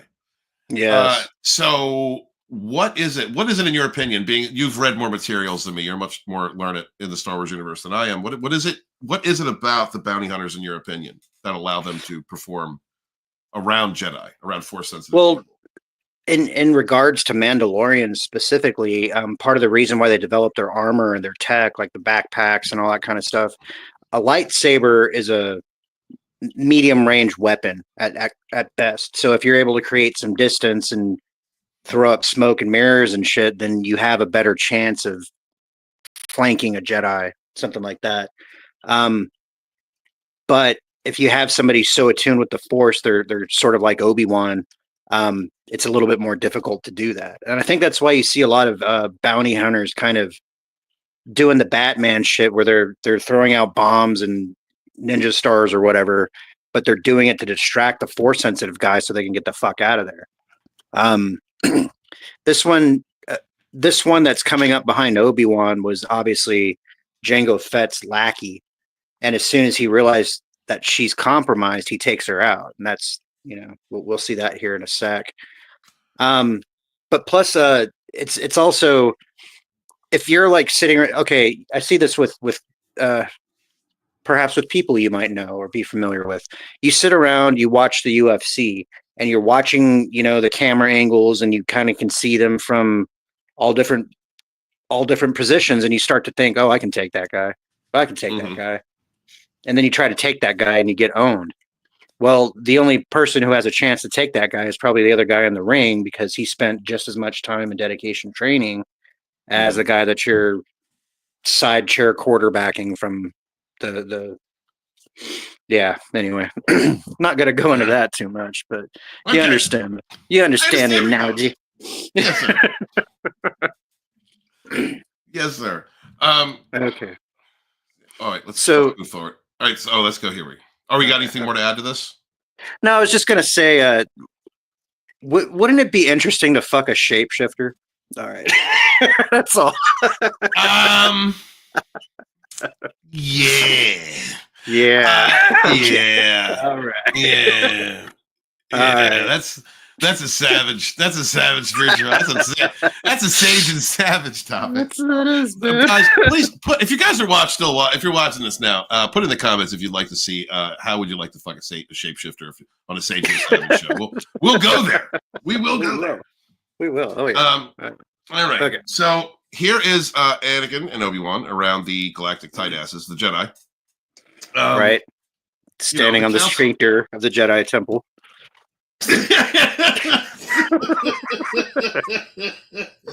That's horrible. So we have these people who are being agitated, right? These are characters. These are wise ones, warrior monks, warrior empaths.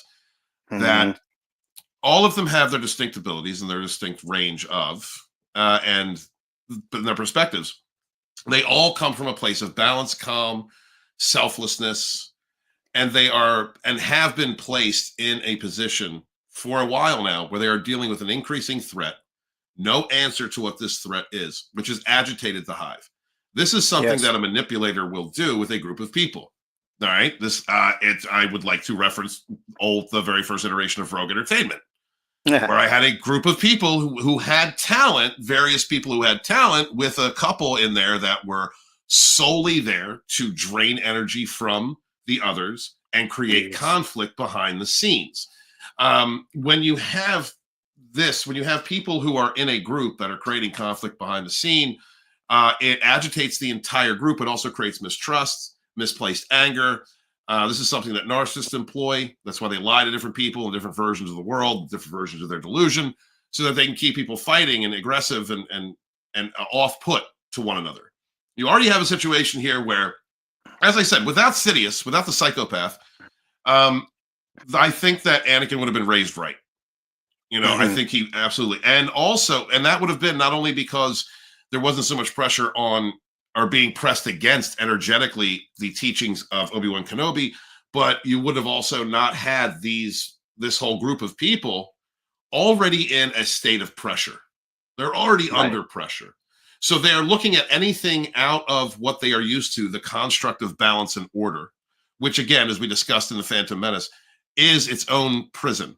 It's its own cycle of self-destruction. You always need a little bit of chaos. There should be a balance between light and dark. And when you're in this orderly construct of nothing but light, any imbalance is against their creed. It is against their energy of this circle, this coven. And so, Anakin's being looked at as an upstart. He is a bit of an upstart, but he's not being treated properly. He's not being looked at under the proper lens. Right. And so I think that a lot of that has to do with the destabilizing nature of why there's a breakdown between the respect that the council, the Jedi, have for him and that he has for the Jedi. Yeah, absolutely. And again, this is evidence of Sidious's machinations going a little bit forward. So they're like, yeah, we figured out an attacker. We got a hypothesis here. We got this little dart. I don't know what the fuck that is. So what do? They split them up. Well, you go one way and you figure out what this dart is, and you go the other way and get cozy with Padme. You can even bring R2. It's not a big deal. Well, okay, so okay. Look, dude, and that's a good point you just brought up, because all of these creatures, with the exception of one, I believe, on this council, don't have sex. All right, they are completely cut off from their sacral chakra. Their sacral chakras are broken and not broken, but non-existent. Right. So the idea of placing genders together or any kind of sexual tension is completely foreign to them. Right. Completely. So placing Anakin with Padme, that ain't. Let's just he's the rough one. We know he's going to kill whatever comes our way. Let's just put him there without even thinking about the aspect of sexual tension. Right.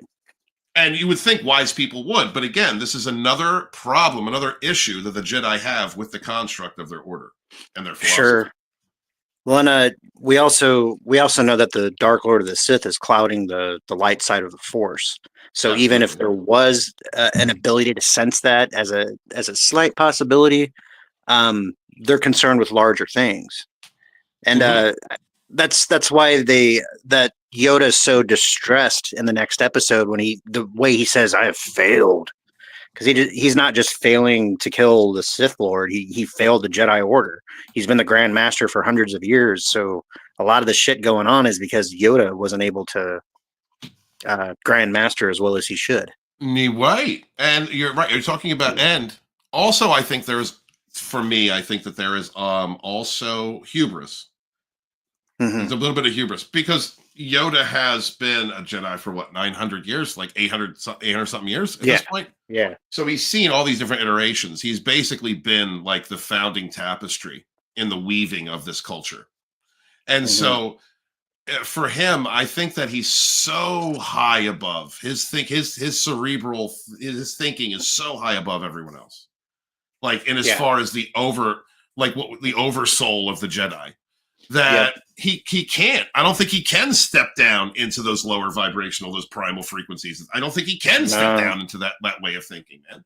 Well, you got to think like everybody sitting there in front of him, he probably knew when they were babies, and then he probably knew the council before that when they were all babies, and Imagine the levels of detachment that you have to develop after seeing generations upon generations upon generations of loved ones and friends passing. Exactly, which is why he's so able to so callously say, "Train yourself to let go of everything you fear to lose." Exactly. It worked for me. Look. Yeah. I haven't been laid in 800 years. Exactly. Except for that night when I got drunk. But we're not going to talk about it. Right. We're not talking about the grow goo. Right. I mean, could you have named him Seaman? Could you have just named him Seaman for fuck's sake? Like, what the fuck? Disney Star Wars shot, cum shot, so yeah. Disney they're a bunch of perverts, man. Bunch of anti-Semitic perverts at Disney. Oh man. Okay. What happens next, Steven? Take it back. Oh God, I'm sorry. All right. Okay, so here he comes. Here he is. Here comes the bad boy. All right. Yeah. So here she is looking all cute in some exotic freaking uniform outfit. You know what I mean? This is just totally my culture. She's not wearing panties underneath that, man. She's totally not wearing panties. She's done her hair. You're my friend. You're my friend, and you're a bad boy. I don't like you. Exactly. Yeah, don't watch while I pack my vibrator. Right. You're making me uncomfortable. I don't like this. Right. So she's I'll walk over here and squeeze my thighs together. Uncomfortable. Sorry. So Padme's being a woman, and Anakin's being a sexually frustrated young man, and this is basically what this scene is. He's going to be there to protect her, and now he gets to spend all kinds of time with her, and she knows it. Right. Yeah. So okay, ladies, we're going to go through a little bit of lessons here, ladies, from the male perspective of relationships. And so this is the next one. Okay. So while we're over there going, I'm not going to sleep with you. I'm not doing it. I'm not. Okay. While you have that conflict inside of you, that very conflict gives us all an erection. We know it. Oh, yeah. We know what you're thinking. We know that conflict is happening inside your head. We just want to get it done. Okay. Penises just want to penetrate. They just want to get in there and get things done. Okay. That's like that. Put that lightsaber right through it. So this part of the game actually turns you on. All right. This is actually your game that you play with us and yourself. And it's to extend the amount of, I don't know what it is you guys get off. I don't know how it is you guys get off on this, but to us, it's fucking pain. All right. It is pure torture and pain. Yeah. And for some reason, we love it. So that's why we keep coming back. Well, here it is. Men are on and off switches, and women are like volume knobs. So all kinds of shit has to happen before, and 90% of it's mental. So you just, there's a little bit of animal communication there. Anakin's still a brat, so he's not, plus he's a Jedi. He's never had practice. He doesn't like go to school and talk to girls. He probably isn't allowed to jerk off. No! That's a path to the dark side, is it not? Right. Masturbation is on the dark side, bro. No, you don't know. Oh my God. You get house points taken away, like in fucking Harry Potter, if they catch you masturbating. Exactly. You know what I mean? The green. Okay, five points. Use your wand down. Exactly. 5 points being taken away from the green sabers because Kenny was caught touching himself in the aquarium last night. You put the hat on Anakin, and the hat goes, "Go wash your hands, boy."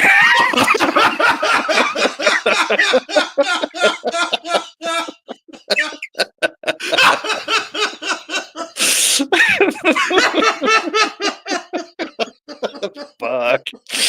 All right, that's the next meme, isn't it? Yes. You gotta have that as a meme, bro. Okay. All right. So, I'm going back. So the difference. Okay. So Padme is coming out of the Empress energy throughout this film. Okay, I'm just letting you know this. And she goes through the different queens. And right now she's going back cups and swords is where she's going. This is her swords face. She was just cups. When she was bent over, she was cups, and now she's looking up like, did this motherfucker just say what? Mm-hmm. Did you know what I mean? And that's where she realizes that there's some darkness in him. She's a little disturbed. Which is actually gonna turn her on even more because women love the bad boys. As the movie goes, and see, Anakin should have just walked right up and put his hips in her face, but he doesn't know how to do that either. He doesn't understand that at this point he could have already gotten laid. He doesn't know. If he had played this whole scene right, instead of playing with this ball, she could have been playing with his. But exactly. He's still not there yet. He's growing. He's just a boy. He's just a boy. His ponytail hasn't been circumcised yet. He's still exactly right. He has a stupid haircut and robes. Yeah, robes. Smells like patchouli. You know, he's asking you what your sign is. Dude, you see that the chat's losing their shit. That's good. That's funny. All right. So, okay. But I mean, in truth, this is the bonding of these two, and their dynamic. And I think that it's important to recognize as the play between the masculine and feminine here. Yeah. It's so very important because this is a buildup. Like there is a reason. And when we get to creepy Anakin, it makes sense. Creepy Anakin makes sense. Right. Given what he has dealt with, how he's been brought up, what his issues are, his parental wounds, and Padme, the conflicted Padme. Going, I know, right. I want a good boy. I want another royalty. I want someone who's going to treat me right and marry me and love me. But I actually totally. I don't want the bad boy. R2, get me my vibrator. Right, and it's the same thing. Leia said that too. I happen to like nice men. Not to like nice men. Yeah, my daughter was just like hiding from Han because you want him to come and find you, jump on you. Yeah, and if it wasn't for cock blocking C-3PO. Listen. The most masculine, all balls, Sigma male words event ever in Star Wars was Han Solo saying, "I know." That is the balls Absolutely. of that is the balls of Star Wars. Oh my god. So, I'm kind of surprised when he wasn't being placed in the freezing that he didn't just pull his junk out and like wait, no, that's not Sigma male. Han Solo's Sigma male. He was taking that L. All right, he was not going to.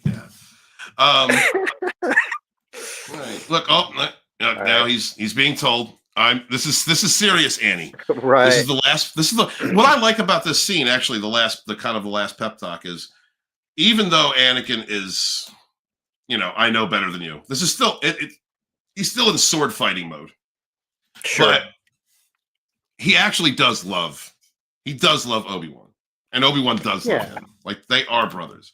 If it wasn't for that deep connection within that conflict, then episode 3 wouldn't mean so much. No, definitely. And go ahead. Well, sometimes familiarity breeds contempt. And even though they love each other, there is that push-pull dynamic. It's why do you think you're so much fucking better than me?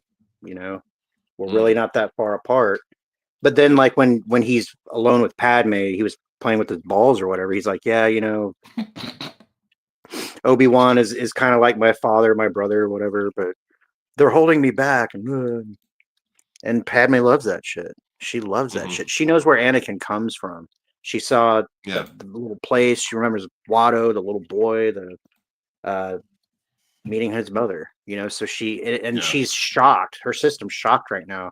So you're right. She's totally like, stop it, don't.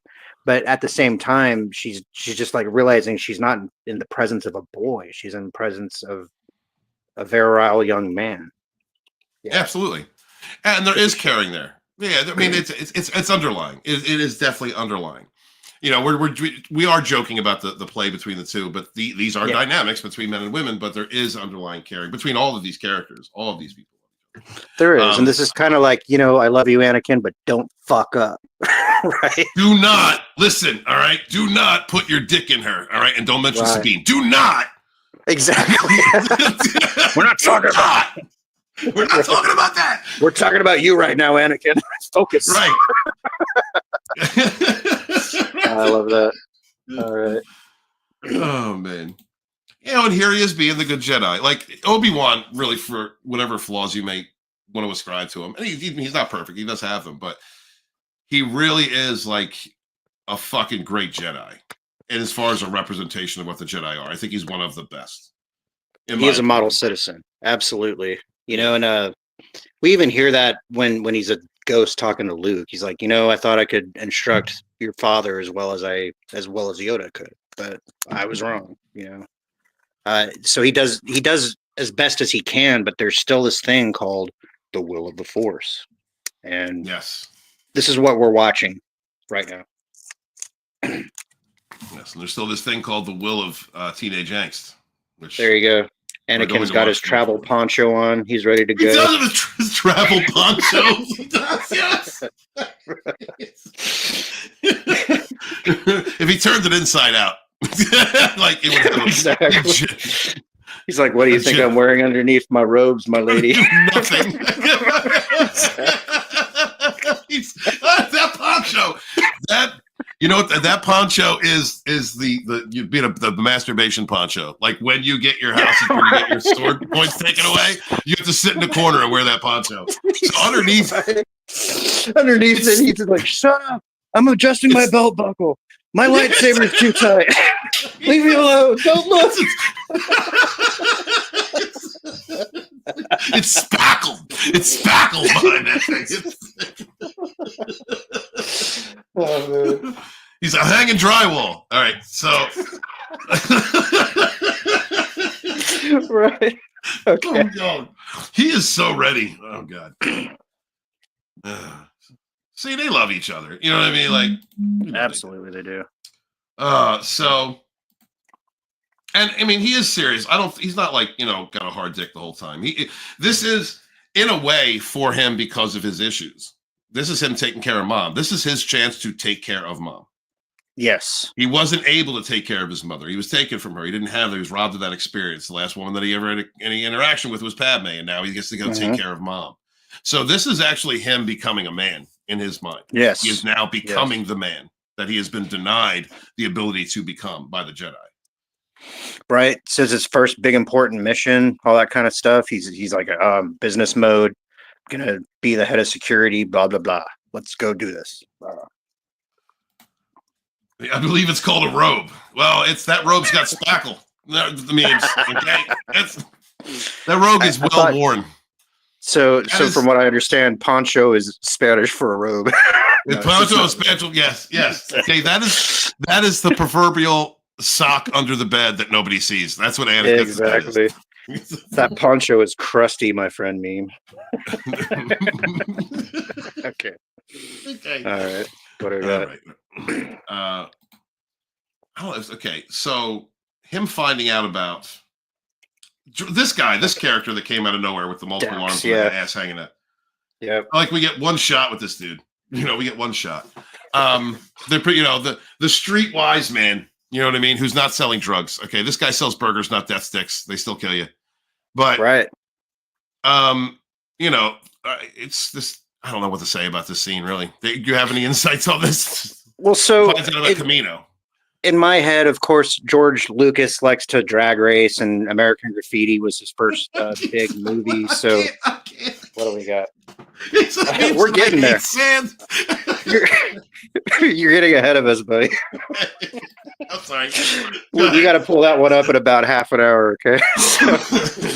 So he's at this diner, and I kind of want to believe that Dex is like in the witness protection program or something, because Obi-Wan pulls out this fucking dart, and he's like, "Yeah, nobody knows what this is," and he goes, "Oh, that's a fucking Camino dart," like right off the bat, no hesitation.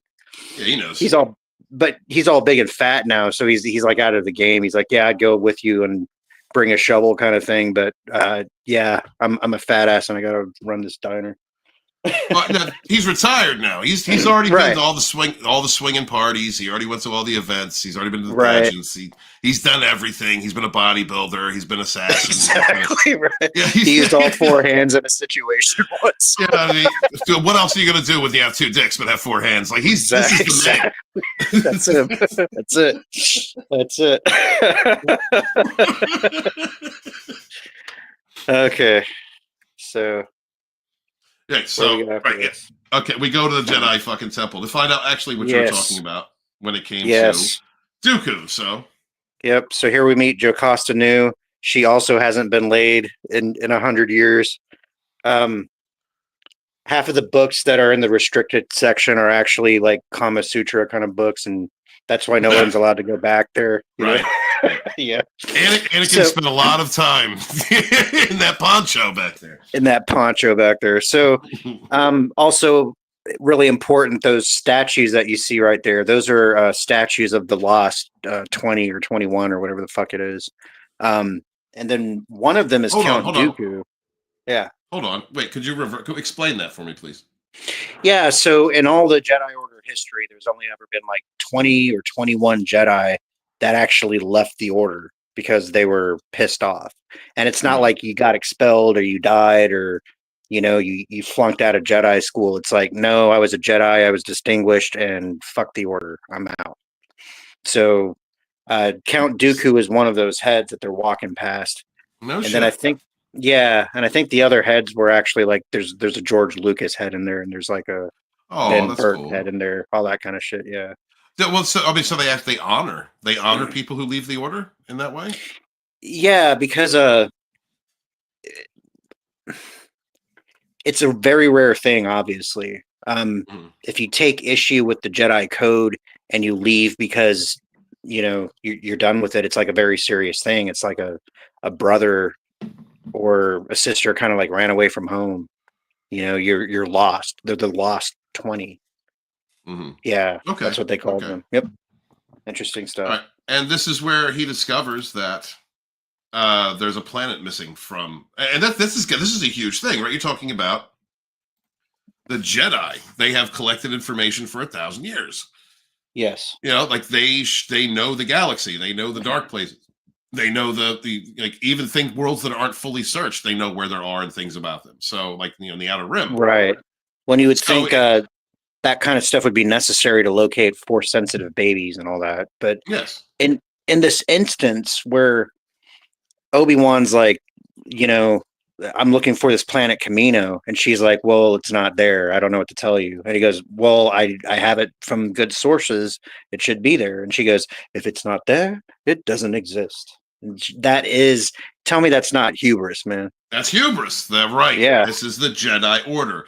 If it's not here, we don't hang. And this is the mentality of this is the reason why the Jedi were so easily fooled. It's why Palpatine was able to be fake in front of their face and they did not see it coming, is because of that. When you have order, structure, when you have nothing but perfect order and structure, any imperfections are cast out.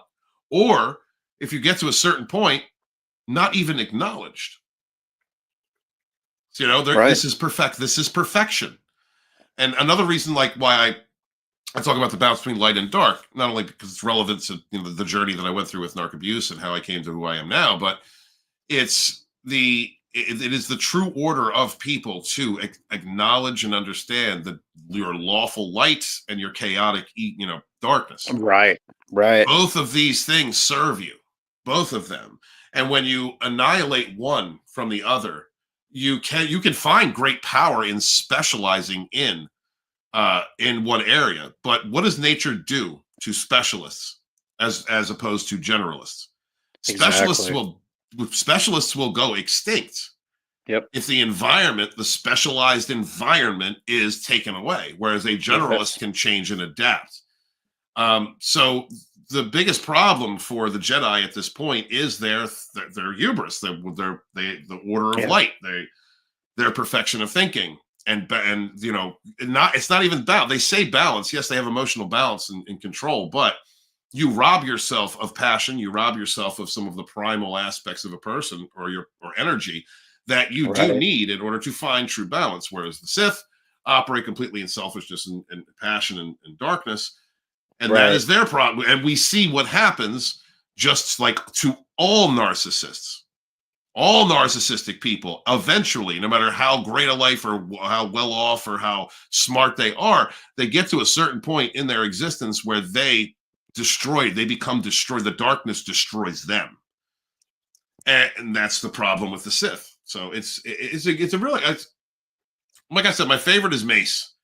Because Mace is the only Jedi, out of all this whole world, Mace is the only one who understands this.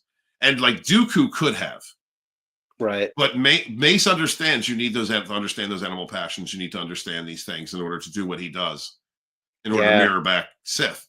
I'm sorry, brother. I know you got like 6 things to say. No, absolutely. Mainly that, yes, you're right. And then when we get to episode 3, we'll have a lot to talk about with Mace Windu. Yeah. Oh, Papa. Here we go. Papa. And Mace was arrogant and blind. Yes.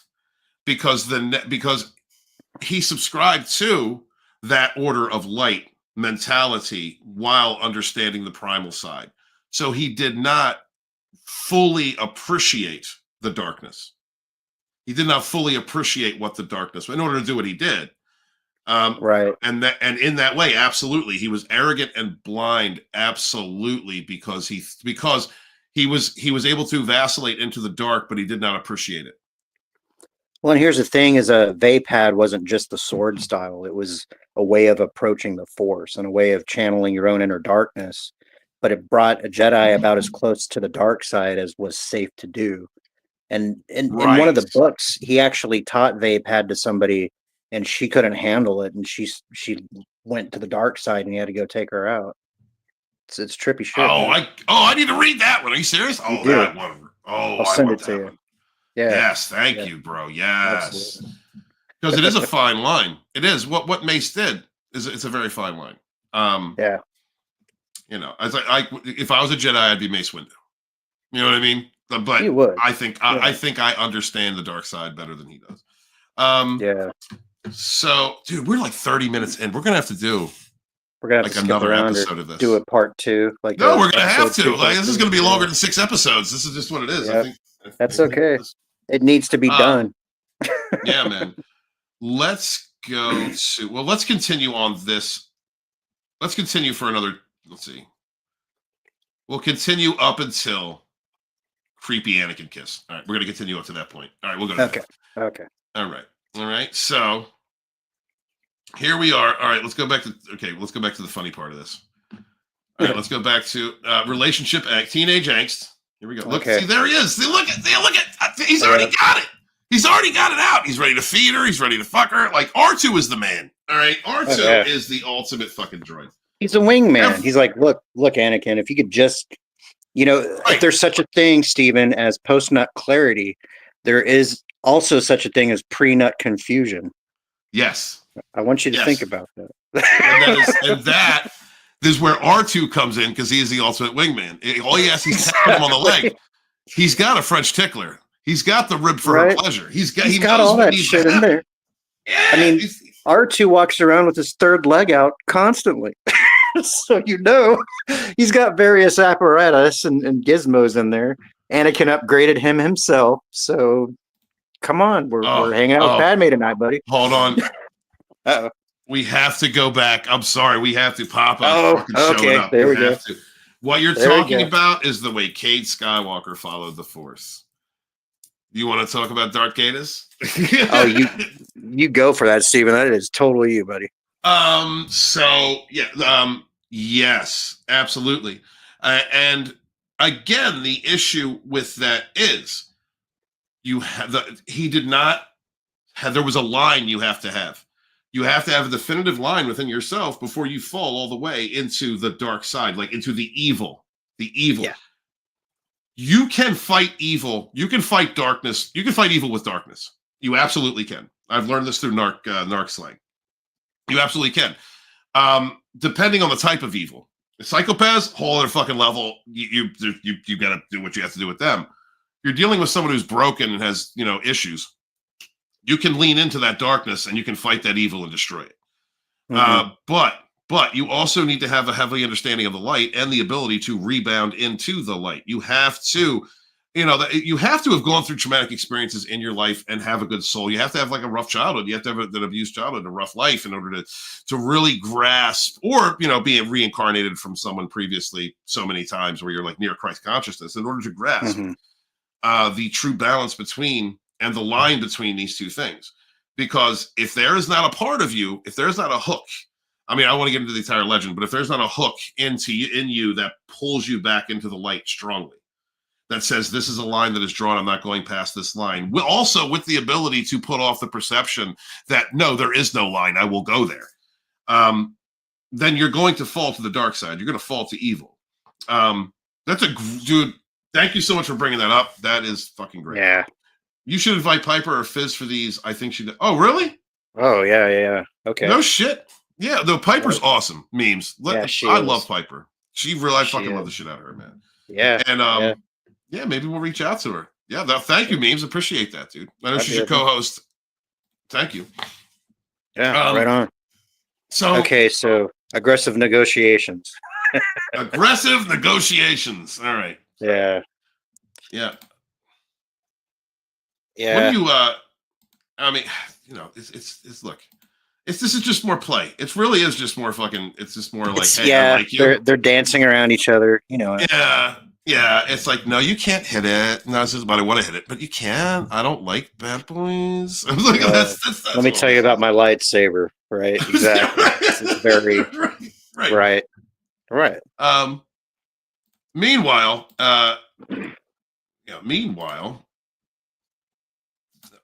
okay, go over this. When we were talking about like hubris, and we're talking about Yoda, and the way that I see him, and as far as like his age, his experience, where he exists within his cerebral, within his realm of his mind. Yeah. Go ahead. Well, I feel like Yoda, because of his age, he has the equivalent of multiple lifetimes worth of experience and knowledge. He's obviously practiced the Force his entire life, or most of his entire life. He's definitely been different people and evolved those things. Yeah. Absolutely. Oh yeah. And you know, if I don't trust Disney to do it, but like exploring Yoda's past and his backstory would be an interesting set of stories. But having said that, Yoda can tell that shit's fucked up. He doesn't like it. He's not comfortable. And as he figures stuff out, Palpatine still is about 2 or 3 steps ahead of Yoda. And I think part of what bothers him, and especially when he's talking about like right now, you know, Padawans are arrogant. They're, you know, some of them think they're actually better than they really are, but they're not. Oh, this is the mind of the child. Okay. Yeah. Yeah, but this is a really good scene, actually, because I think it shows Yoda's experience in teaching and also his understanding of innocence. There you go. So in episode 5, when you shall go Dagobah, and Jedi Master who taught me. Now, yes, Obi-Wan did receive instructions from Yoda about how to contact Qui-Gon Jinn, but here we see that Yoda actually teaches all the younglings. So at some point early in your career, Yoda is probably the first Jedi that you meet, except for whoever's wiping your ass and feeding you, right? Taking house points away from you. I know, right? You're caught in the restricted section of the library in a poncho. Exactly. Yeah. We noticed that there was some extra oil missing from the Jedi kitchen. Where did that go, Anakin? What do you know about that? Hey, hold up. Yeah, absolutely, dude. Absolutely. But it shows the innocence, his understanding of innocence, you know, and I think that really does, because he's bringing this question to the younglings who have so the construct of the world, no bias. Thank you, brother. You knew where I was going. Thank you. Yep. I do. Well, we also see a little bit of playful Yoda from when he first meets Luke, because he first shows up and he's just kind of goofy and, you know, non-threatening. You don't even know what I can do kind of shit. He's showing a little bit more of that side to these kids, but even though they understand that he is head of instruction in this particular exercise. Yeah. Go ahead. Should be right there. It should be right here. I don't understand. Right. The missing planet. Exactly. This was a cute scene. Yeah. It is a cute scene, and I think it shows his versatility and his understanding of, you know, the development of people being as you know, being who he is and his lifespan. All right. So, all right. I think we're going to end it off here pretty soon. Is that what I think? All right. Here's this old dude again. He doesn't have his teeth in. That's why he looks like that. Exactly. You know, and you know. So this is just, be careful, Padme. Blah blah blah. Yeah. Everything will be fine. Careful. Oh yeah, we're definitely going to start it off with Camino. We'll start off the next episode on the Camino. But where the fuck is it? There was something I did want to see. Yeah, you know what?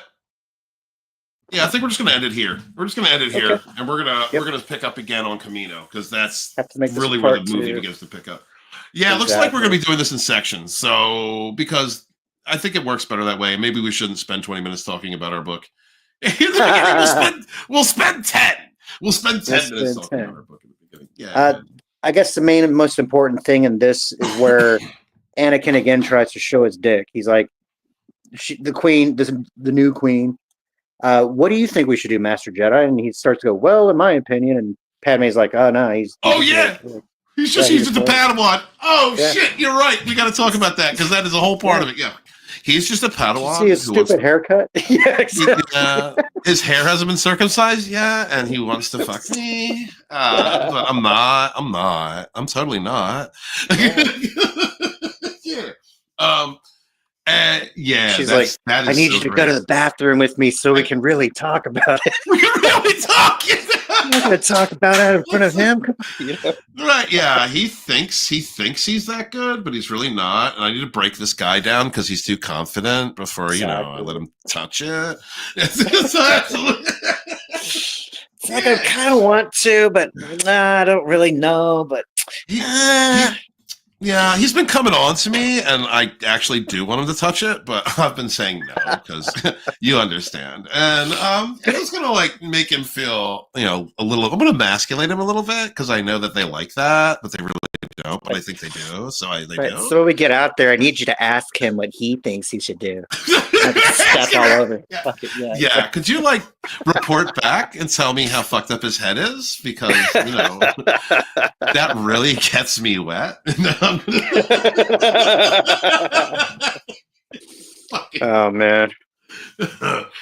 No, but he gets so pissed off. Like he definitely was emasculated in front of the new queen of Naboo by the old queen of Naboo. So here's two queens. He has no dick. right. He's a Jedi. They don't have sex. He doesn't know how to do it. Totally. It's like, no wonder he became Darth Vader. Jesus Christ. Darth Vader's burnt phallus. It was Padme. That's why he was choking the bitch. No, that's fucked up. Right? Holy shit. So for more in-depth Star Wars analysis and understanding of what you get from a matriarchal run society. Yes. You get and tune in this time next week for part two. Right. Episode 2, part 2. This poor man. This poor man. He can't catch a break. Yes, Obi-Wan's giving him shit. Equipment. Exactly.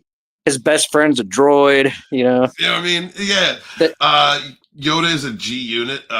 What a silly old man. That is the ultimate Ginsu laser slicer. Yes, sir. And listen. Women have wounded me in my life, memes. Okay. I understand. I get it. I feel little Annie's pressure. We're going to make a commemorative coin of Walton and put that as a quote on the bottom. We are, you got to remember, timestamp Camino. Okay. On the next show. I guess we'll plan out the date. When do you want to do it? Do you want to do it next Sunday? I wouldn't mind. I know you got stuff going on in the next couple of days, so we'll just I got stuff going on the next couple of days, so I'm going to be talk about that offline. Yeah. And I got to finish cleaning and getting everything ready. There you go. But we sincerely appreciate everybody showing up. Hail to the chat. You guys had some really good questions, some zingers of your own. I know we got silly right now, but this is Anakin in peak bitch mode. The next half of this movie gets a little bit darker. So we'll be getting into that. And then we're still going to come at it. We have to. I'm sorry, but we have to rationalize this. All right, we are coming at this from the perspective of people who have been through horrible relationships, and we're about to watch one be forged. So yeah, and also understanding of psychic phenomenon, energy, manifestation, martial arts, all this shit's coming together, and you put it inside of an unstable capsule and shake it up. You get the Tusken Raiders. So you get the Tusken Raiders. You get Disney's. You get you get Boba Fett riding a speeder with a bunch of Tuskens in a Disney show. Teaching them how to, And Josh the Fuck you. Fuck you, Disney. That's our last show is going to be called "Fuck You, Disney." The leading up to this, and as far as everything that we have watched so far, or reviewed so far, really I think shows just how hobbled the Jedi Order was, or because of their dependence upon law, order, and the perception of who they are. You know, it's not malleable. It's static. And when you have people in a static environment, there is no growth. And so that was the greatest weakness of the Jedi, in my opinion. And we didn't see much about. Go ahead. Oh, well, there are those of the opinion that the reason why Yoda says the prophecy might have been misread. What if Anakin was there to destroy the hubris of the Jedi? You know, he spent as much time in the dark side as he did in the light side. And then in the end, he was able to destroy the Sith, as the prophecy suggested. But before he destroyed the Sith, he understood the Sith because he was a Sith. And then you're right, Stephen. We didn't see a lot of Palpatine. We see him in the beginning. We see him in the end. He's kind of smiling to himself because he's proud of himself. But we feel the machinations. We feel the gears turning. You know, the dynamo is going. And everybody is falling into line exactly like he wants them to. Crazy stuff. Yeah, master manipulator, hid right in plain sight, just like Meme said. To the point where, like, I mean, I really got to give credit to Papa, you know, for pointing out that the person who was most adept at dealing with dark side energy could not see it right in front of him. And instead, I'd also like to point out, because of the manipulations that were going on behind the scenes with between Anakin and Palpatine, that it kind of deflected that. He kind of like moved that energy of suspicion away from himself and into Anakin, who was then looked at as by the council and Mace, who never trusted him, as the potential Sith in the room, almost. So, I mean, credit to Palpatine for all of the work that he did. Right. Good for you, evil man. Good for you.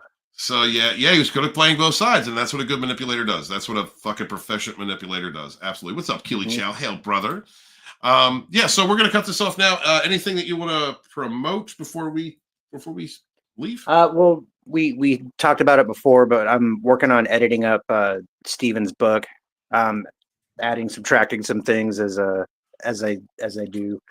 As soon as that gets done, we'll fire that back to Steven, and he will get it looked at, and then we're gonna start cranking out volume 2, you guys. It's gonna be good. Find that process and get that shit. Get it done properly before it gets shipped. Yep. And then I did have to start a new YouTube channel. I got locked out of my old Google account. So if you click on my icon, go to my new channel, follow me there. I'm going to be uploading some of the old live streams, some of the best of the old live streams, and then I'm going to start creating new content. We're going to start having the Savage Spirituality show back over there with Steven as a co-host, of course. And, I'll be here on Steven's channel. Check us out on Rogue Entertainment. I'm sure I'll be on an Aluminum Spork at some point. I'll be swinging through the Cotton Connection at some point. Aluminum Spork is actually running right now, guys. So if you want to send right. Send a Walton raid over to Scotty raid on Sunday. If you want to send a Walton raid over there after you leave, that'd be great. Send them my love. And thank you guys so very much for being here. We will have Rogue Entertainment. I'll probably do maybe a Wolf or a Dragon stream toward the end of the week. for my narc abuse survivor audience. And it seems that I'll be getting some information about Anthony. So we might have another stream about things going on with that at some point soon. Tomorrow, I'm going to be re-releasing the stream, the Narc Slang stream about Daniel Alley, spiritual narcissist, con artist.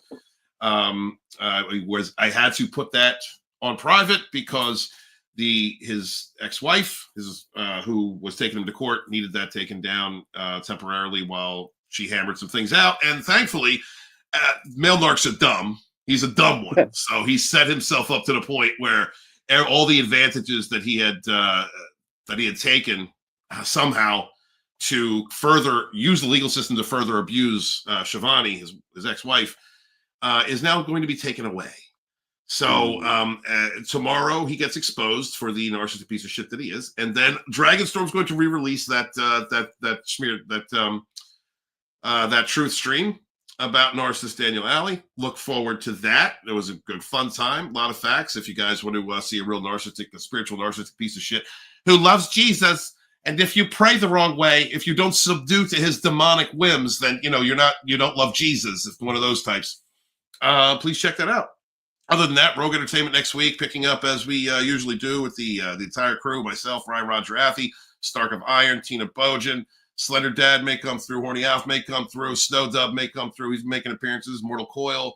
And any of the, maybe some of the Legacy Rows going to come through at some point. I'm going to reach out to like Mackany and reach out to a couple other people and see if, like ETAP, maybe see if Chris wants to come join the show. I'd love to see Chris Fisk again. And make sure to support your independent creators out there like Chris Fisk, Infinitale Chronicles.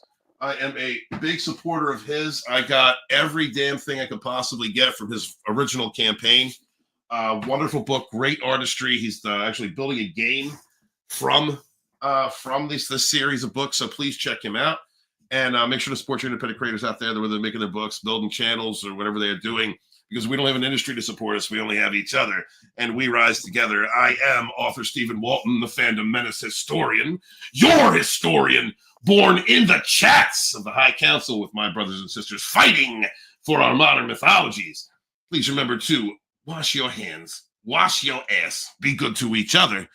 You suffer no fools.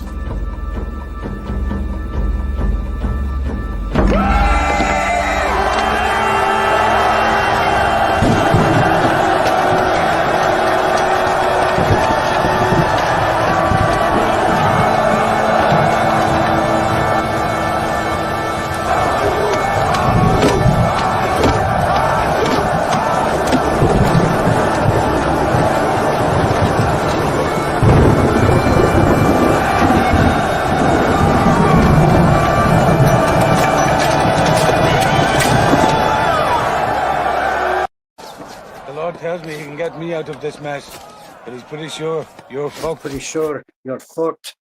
Yeah, and also please remember to clean your motherfucking peen. All right, narcissists don't clean their peens. Evil people that got mud butt butter all over their peens, fruit flies. They don't care. They're gonna come home and stick it in your mouth, ladies.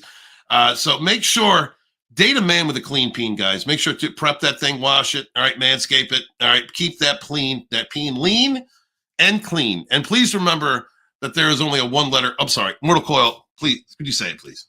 Yes, of course. The only difference between hope and a hole is one letter. One